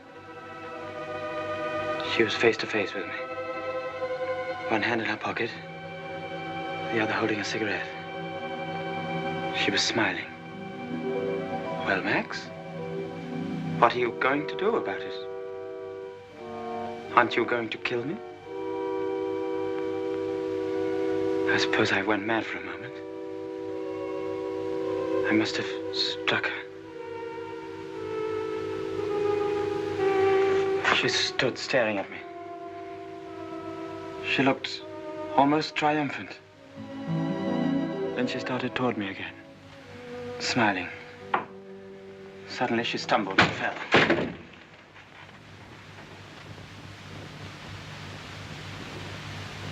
When I looked down, Ages afterwards, it seemed, she was lying on the floor. She'd struck her head on a heavy piece of ship's tackle. I remember wondering why she was still smiling. And I realized she was dead. But you didn't kill her. It was an accident. Who would believe me? I lost my head. I just knew I had to do something. Anything. I carried her out to the boat. It was very dark. There was no moon. I put her in the cabin. When the boat seemed a safe distance from the shore, I took a spike and drove it again and again through the planking of the hull. I opened up the sea cocks and the water began to come in fast. I climbed over into the dinghy and pulled away. I saw the boat heel over and sink. I pulled back into the cove. It started raining. Maxim, does anyone else know this? No, no one except you and me. We must explain it. It's got to be the body of someone you've never seen before. No, they're bound to know her. Her rings, bracelets she always wore. They'll identify her body. Then they'll remember the other woman. The other woman buried in the crypt. If they find out it was Rebecca, you must simply say that you made a mistake about the other body. That the day you went to Edgecombe, you were ill. You didn't know what you were doing. Rebecca's dead. That's what we've got to remember. Rebecca's dead. She can't speak. She can't bear witness. She can't harm you anymore. We're the only two people in the world that know, Maxim. You and I. I told you once that I'd done a very selfish thing in marrying you. You can understand now what I meant. I've loved you, my darling. I shall always love you. But I've known all along that Rebecca would win in the end. No, no. She hasn't won. No matter what happens now, she hasn't won.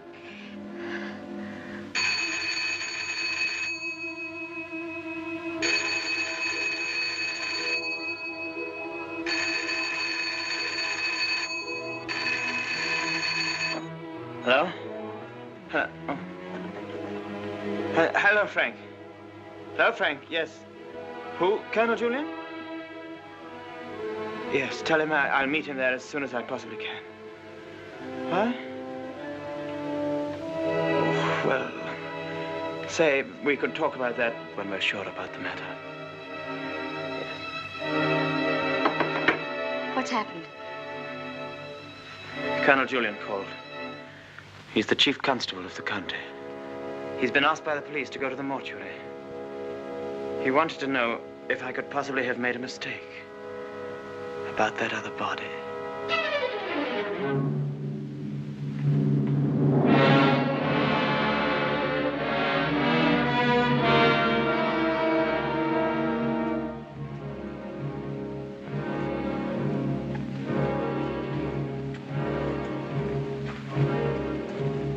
Well, Colonel Julian, apparently I did make a mistake about that other body. The mistake was quite natural under the circumstances. Besides, you went well at the time. That's nonsense. I was perfectly well. Oh, don't let it worry you, Maxim. Nobody can blame you for making a mistake. Pity is you've got to go through the same thing all over again. What do you mean? Well, there'll have to be another inquest, of course. Same formality and red tape. Oh. Wish you could be spared the publicity of it, but I'm afraid that's impossible. Oh, yes, the publicity. I suppose Mrs. De Winter went below for something and the squall hit the boat with nobody at the helm. I imagine that's about the solution of it, don't you think so, Crawley? Oh, yes. Probably the door jammed and she couldn't get on deck again. Yeah. Tab, boat builder, will undoubtedly come to some such conclusion. Why, what would he know about it? Well, he's examining the boat now. Purely as a matter of routine, you know.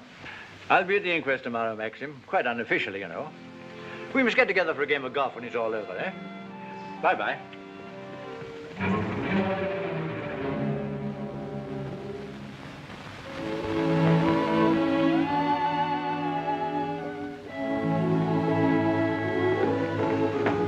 I have the evening papers, madam. Would you care to see them? Oh, no, thank you, Frith. And I prefer that Mr. De Winter weren't troubled with them either. I understand, madam. Permit me to say that we're all most distressed outside. Oh, thank you, Frith. I'm afraid the news has been a great shock to Mrs. Danvers.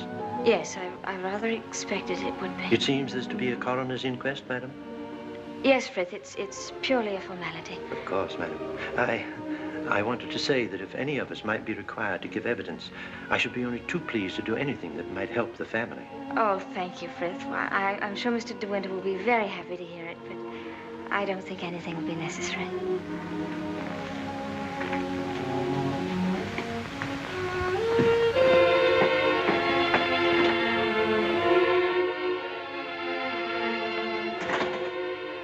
Maxim. Hello, darling. Oh, Maxim, I'm worried about what you'll do at the inquest tomorrow. What do you mean? You won't lose your temper, will you? Promise me that they won't make you angry. All right, darling. I promise. No matter what he asks you won't lose your head. Don't worry, dear. They can't do anything at once, can they? No. Then we've a little time left to be together. Yes. I want to go to the inquest with you. I'd rather you didn't, darling. But I can't wait here alone. I promise you I won't be in any trouble to you, and I must be near you so that no matter what happens, we won't be separated for a moment. All right, dear. I don't mind this whole thing, except for you. I can't forget what it's done to you. I've been thinking of nothing else since it happened. It's gone forever. That funny, young, lost look I loved won't ever come back. I killed that when I told you about Rebecca. It's gone. In a few hours, you've grown so much older. Maxim.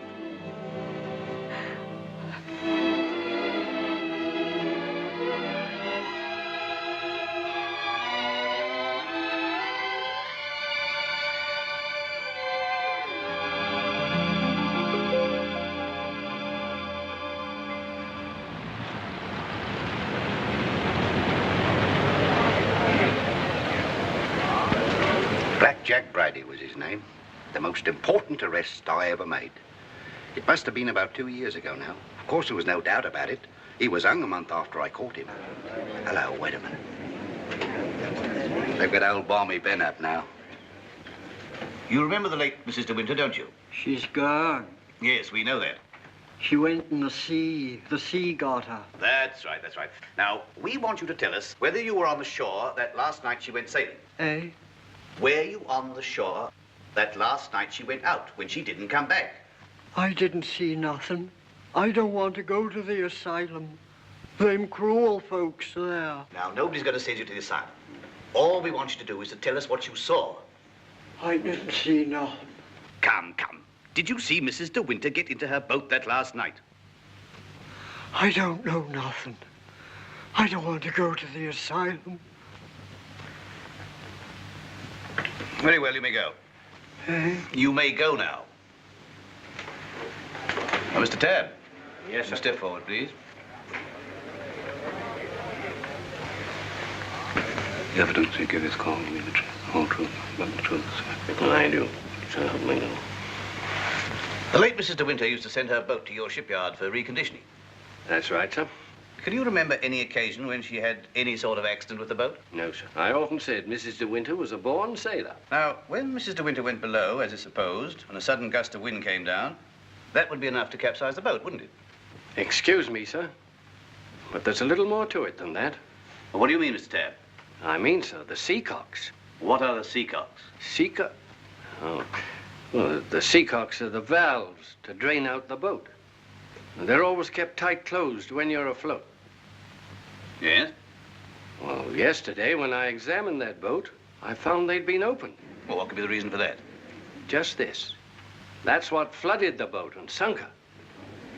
Are you implying? That boat never capsized at all. I know it's a terrible thing to say, sir, but in my opinion, she was scuttled. And there's them holes. What holes? In her planking. What are you talking about? Of course, that boat's been underwater for over a year. And tide's been knocking her against the ridge. But it seemed to me, them holes looked as if she'd made them from the inside. Then you believe she must have done it deliberately? Couldn't have been no accident. Not with her knowledge of boats. You knew the former Mrs. De Winter very well, I believe. Oh, yes. Would you believe her capable of suicide? No. Frankly, I would not. You never can tell. You may stand down, Mr. Tabb. Mr. De Winter, please.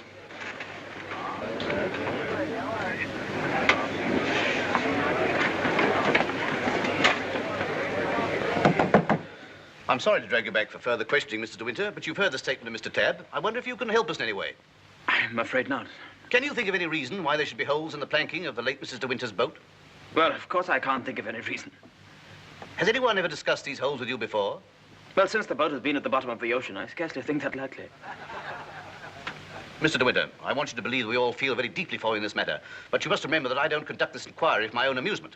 That's rather obvious, isn't it? I hope that it is. Well, since Mrs. De Winter went sailing alone, are we to believe that she drove those holes herself? Well, you may believe what you like.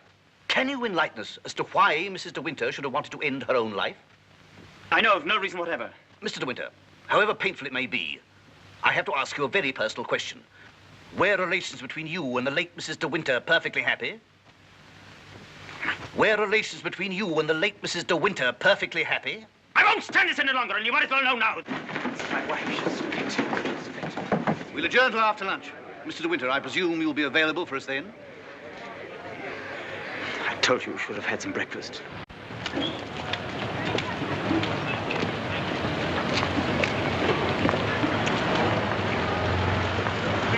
Awfully foolish of me fainting like that. Nonsense. If you hadn't fainted like that, I'd have really lost my temper. Darling, please be careful.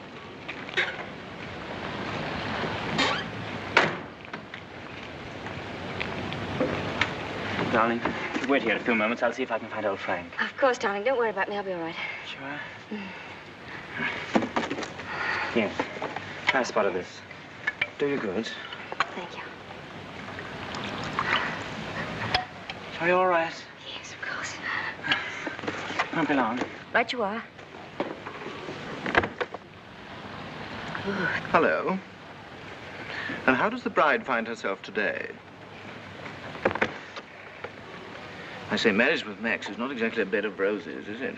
I think you better go before Maxim gets back. Oh, jealous, is he? Well, I can't say I blame him. But you don't think I'm the big bad wolf, do you?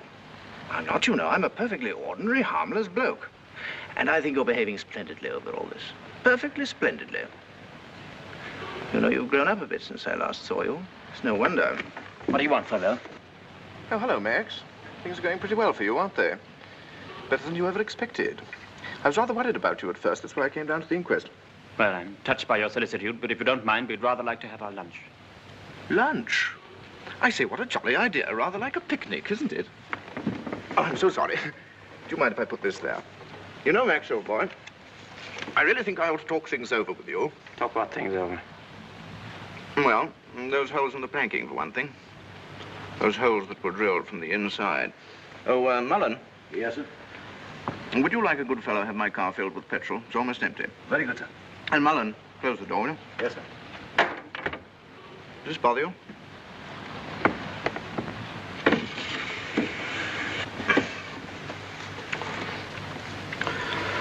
You know, boy, I have a strong feeling that before the day is out, somebody's going to make use of that rather expressive, though somewhat old-fashioned term, foul play. Am I boring you with all this? No? Good. Well, you see, Max, I'm finding myself in a rather awkward position. You've only got to read this note to understand. It's from Rebecca. And what's more, she had the foresight to put a date on it. She wrote it to me the day she died. Incidentally, I was out on a party on that night, so I didn't get it until the next day. And what makes you think that note would interest me? Oh, I'm not going to bother you with the contents now, but I can assure you that it is not the note of a woman who intends to drown herself that same night. By the way, what do you do with old bones? Bury them, eh, what? However, for the time being... You know, Max, I'm getting awfully fed up with my job as a motor car salesman. I don't know if you've ever experienced the feeling of driving an expensive motor car that isn't your own, but it can be very, very exasperating. You know what I mean. You want to own the car yourself. I've often wondered what it'd be like to retire to the country, have a nice little place with a few acres of shooting. I've never figured out what it would cost a year, but I'd like to talk about it with you. I'd like to have your advice on how to live comfortably without hard work. Hello, Favell. Are you looking for me, Maxim? Yes. Mr. Favell and I have a little business transaction on hand. I think we had better conduct it over at the inn. They may have a private room there. Well, see you later. Find Colonel Julian. Tell him I want to see him immediately. Come on, Favell, let's go.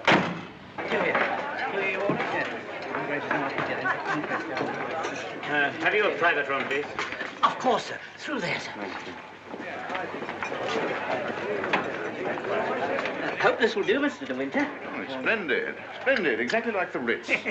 Any orders, gents? Yes, you might bring me a large brandy and soda. How about you, Max? Have one on me. I feel I can afford to play host. Thanks, I don't mind if I do. Make it two, will you, like a good fellow? Very good, sir. Where's Mr. De Winter? Through the other door, sir. Colonel Julian, this is Mr. Favell. Oh, I know Colonel Julian. We're old friends, aren't we? Well, since you're old friends, I assume you also know he's head of the police here. I think he might be interested to hear your proposition. Go on, tell him all about it. I don't know what you mean. I merely said I hope to give up selling cars and retire into the country. Actually, he offered to withhold a vital piece of evidence from the inquest if I made it worth his while. I only want to see justice done, Colonel. Now, that boat builder's evidence suggested certain possible theories concerning Rebecca's death. One of them, of course, is suicide. Now, I have a little note here which I consider puts that possibility quite out of court. Read it, Colonel. Jack, darling, I've just seen the doctor and I'm going down to Mandalay right away. I shall be at the cottage all this evening and shall leave the door open for you. I have something terribly important to tell you. Rebecca. Now, does that look like the note of a woman who had made up her mind to kill herself? And apart from that, Colonel, do you mean to tell me that if you wanted to commit suicide, you'd go to all the trouble of putting out to sea in a boat and then take a hammer and chisel and laboriously knock holes through the bottom of it? Come, Colonel, as an officer of the law, don't you feel there are some slight grounds for suspicion? Of murder? What else? You've known Max a long time, so you know he's the old-fashioned type who'd die to defend his honor, or who'd kill for it. It's blackmail. Pure and simple. And the blackmailer sometimes finds himself in jail at the end of it. Oh, I see. You're going to hold De Winter's hand through all this. Just because he's the big noise around here, and he's actually permitted you to dine with him. Be careful, Favell. You brought an accusation of murder. Have you any witnesses? I do have a witness. Oh. It's that fellow Ben. That stupid coroner hadn't been as much of a snob as you are. He'd have seen that Hartford was hiding something. And why should Ben do that? Because we caught him once, Rebecca and I, peering at us through the cottage window. Rebecca threatened him with the asylum. That's why he was afraid to speak, but he was always hanging about. He must have seen this whole thing. It's ridiculous even listening to all this. You're like a little trades union, all of you, aren't you? And if my guess is right, Crawley, there's a bit of malice in your soul toward me, isn't there? Crawley didn't have much success with Rebecca, but he ought to have more luck this time. And the bride will be grateful for your fraternal arm, Crawley, in a week or so. Every time she faints, in fact. De Winter! Maxim, please. That temper of yours will do you in yet, Max. Oh, excuse me, gentlemen. Now, is there anything else? Yes. You might bring Mr. De Winter a sedative. No, nothing at all. Just leave us. Very good. Now, Favell, let's get this business over. As you seem to have worked out the whole thing so carefully, perhaps you can provide us also with a motive. I knew you were going to bring that up, Colonel. I've read enough detective stories to know that there must always be a motive. And if you'll all excuse me a moment, I'll supply that, too. I wish you'd go home. You ought not to be here through all this. Please let me stay, Maxim. Surely, Colonel Julian, you're not going to allow this fellow to... My opinion of Favell is no higher than yours, Crawley. But in my official capacity, I have no alternative but to pursue his accusation. I entirely agree with you, Colonel. In a matter so serious as this, we must make sure of every point, explore every avenue. And, in fact, if I may coin a phrase, leave no stone unturned. Ah, here she is, the missing link, the witness who will help supply the motive. Colonel Julian, Mrs. Danvers, I believe you know everyone else. Won't you sit down? No offense, Colonel, but I think I'll put this to Danny. She'll understand it more easily. Danny, who was Rebecca's doctor? Mr. De Winter always had Dr. McLean from the village. Now, you heard. I said Rebecca's doctor in London. I don't know anything about that. Oh, don't give me that, Danny. You knew everything about Rebecca. You knew she was in love with me, didn't you? Surely you haven't forgotten the good times she and I used to have down at the cottage on the beach. She had a right to amuse herself, didn't she? Love was a game to her, only a game. It made her laugh, I tell you. She used to sit in her bed and rock with laughter at the lot of you. Can you think of any reason why Mrs. De Winter should have taken her own life? No, I refuse to believe it. I knew everything about her, and I won't believe it. There, you see, it's impossible. She knows that as well as I do. Now, listen to me, Danny. We know that Rebecca went to a doctor in London on the last day of her life. Who was it? I don't know. Oh, I understand, Danny. You think we're asking you to reveal secrets of Rebecca's life. You're trying to defend her, but that's what I'm doing. I'm trying to clear her name of the suspicion of suicide. Mrs. Danvers, it has been suggested that Mrs. De Winter was deliberately murdered. There you have it in a nutshell, Danny. But there's one more thing you'll want to know. The name of the murderer. It's a lovely name that rolls off the tongue so easily. George Fortescue Maximilian De Winter.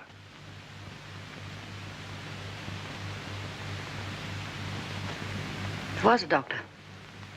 Mrs. De Winter sometimes went to him privately. She used to go to him even before she was married. We don't want reminiscences, Danny. What was his name?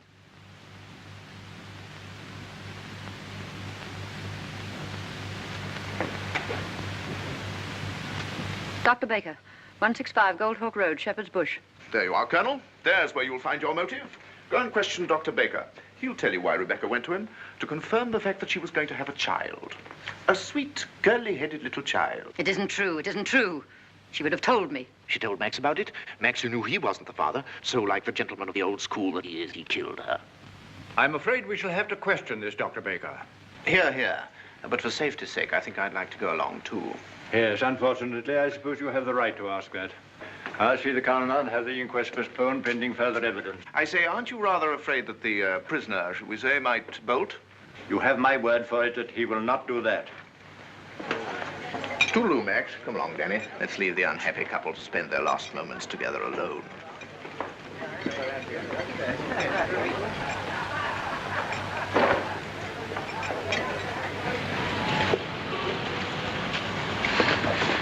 Are you sure you don't want me to go with you, Max?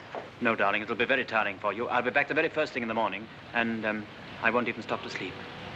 I'll be waiting for you.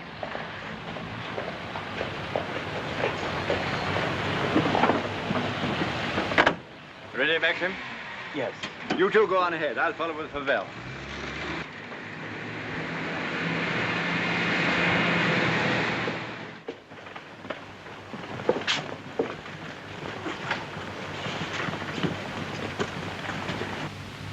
Dr. Baker, you may have seen Mr. De Winter's name in the papers recently. Oh, yes, yes, in connection with the body that was found in a boat. My wife was reading all about it. A very sad case. My condolences. No, this is going to take hours. Let me... Don't bother, Favell. I think I can tell Dr. Baker. We're trying to discover certain facts concerning the late Mrs. De Winter's activities on the day of her death.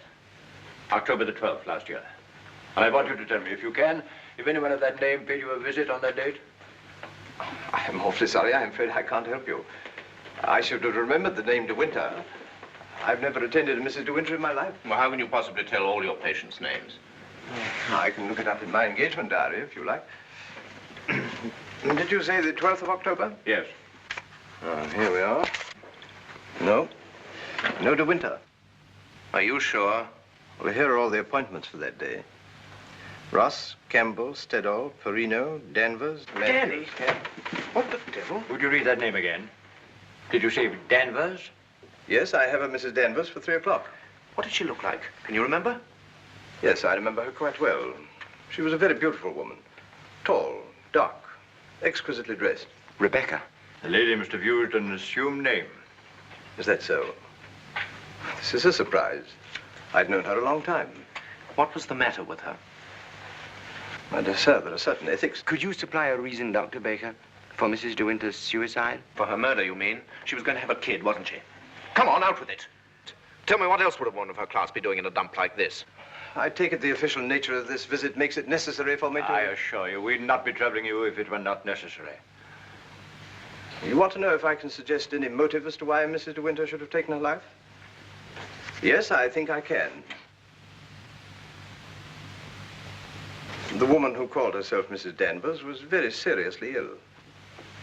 She was not going to have a child. Well, that was what she thought. My diagnosis was different. I sent her to a well-known specialist for an examination and x-rays. And on this date, she returned to me for his report. I remember her standing here, holding out her hand for the photograph. I want to know the truth, she said. I don't want soft words in a bedside manner. If I'm for it, you can tell me right away. I knew she was not the type to accept a lie. If she'd asked for the truth, I let her have it. She thanked me. I never saw her again, so I assumed that... What was wrong with her? Cancer.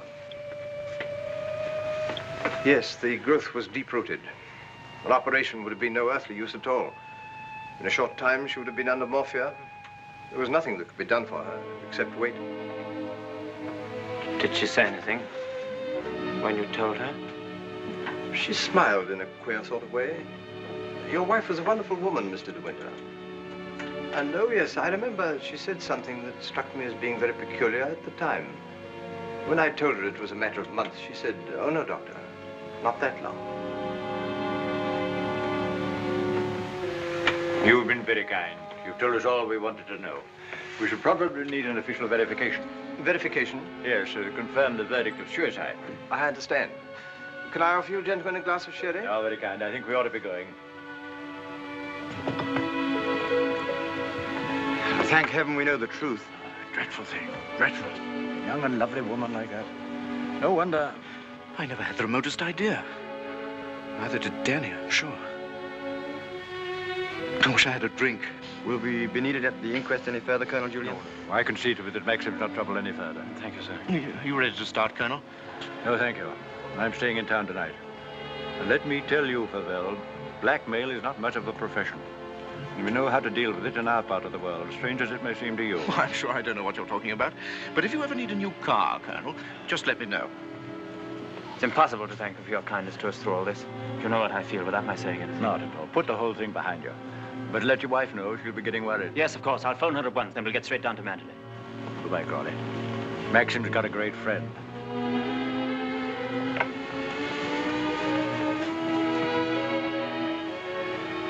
Frank. Yes, Maxim? Something you don't know. Oh, no, there isn't.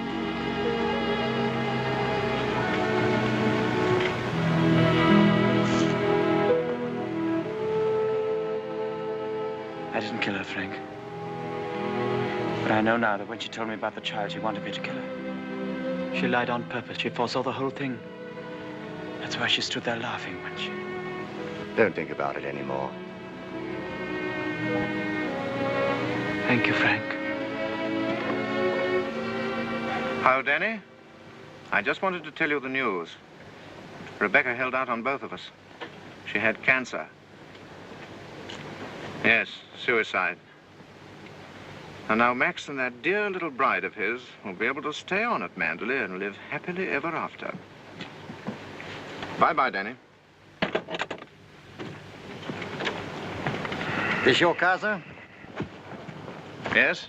Will you be going soon? This isn't a parking place, you know. Oh, isn't it? Well, people are entitled to leave their cars outside if they want to. It's a pity some of you fellows haven't anything better to do.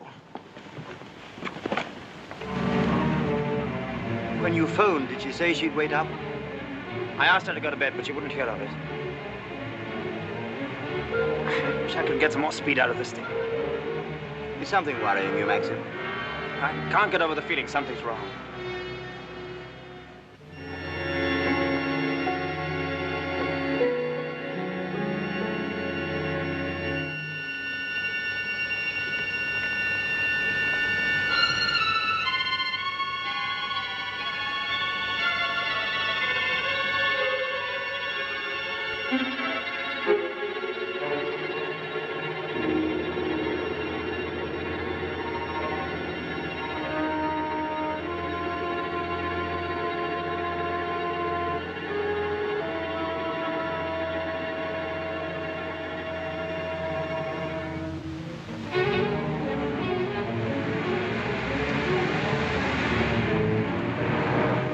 Frank.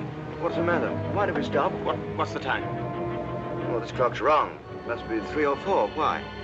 That can't be the dawn breaking over there. It's in the winter that you see the northern lights, isn't it? That's not the Northern Lights. That's Mandalay.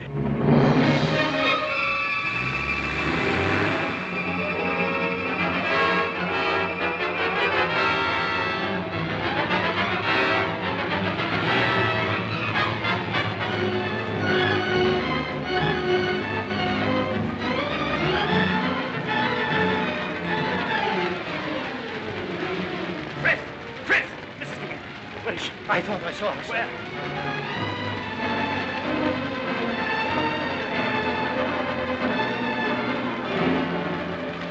Maxim! Thank heaven you've come back to me. Are you all right, darling? Oh, yes. Are you all right? Mrs. Danvers. She's gone mad. She said she'd rather destroy Mandalay than see us happy here. Look! The West Wing!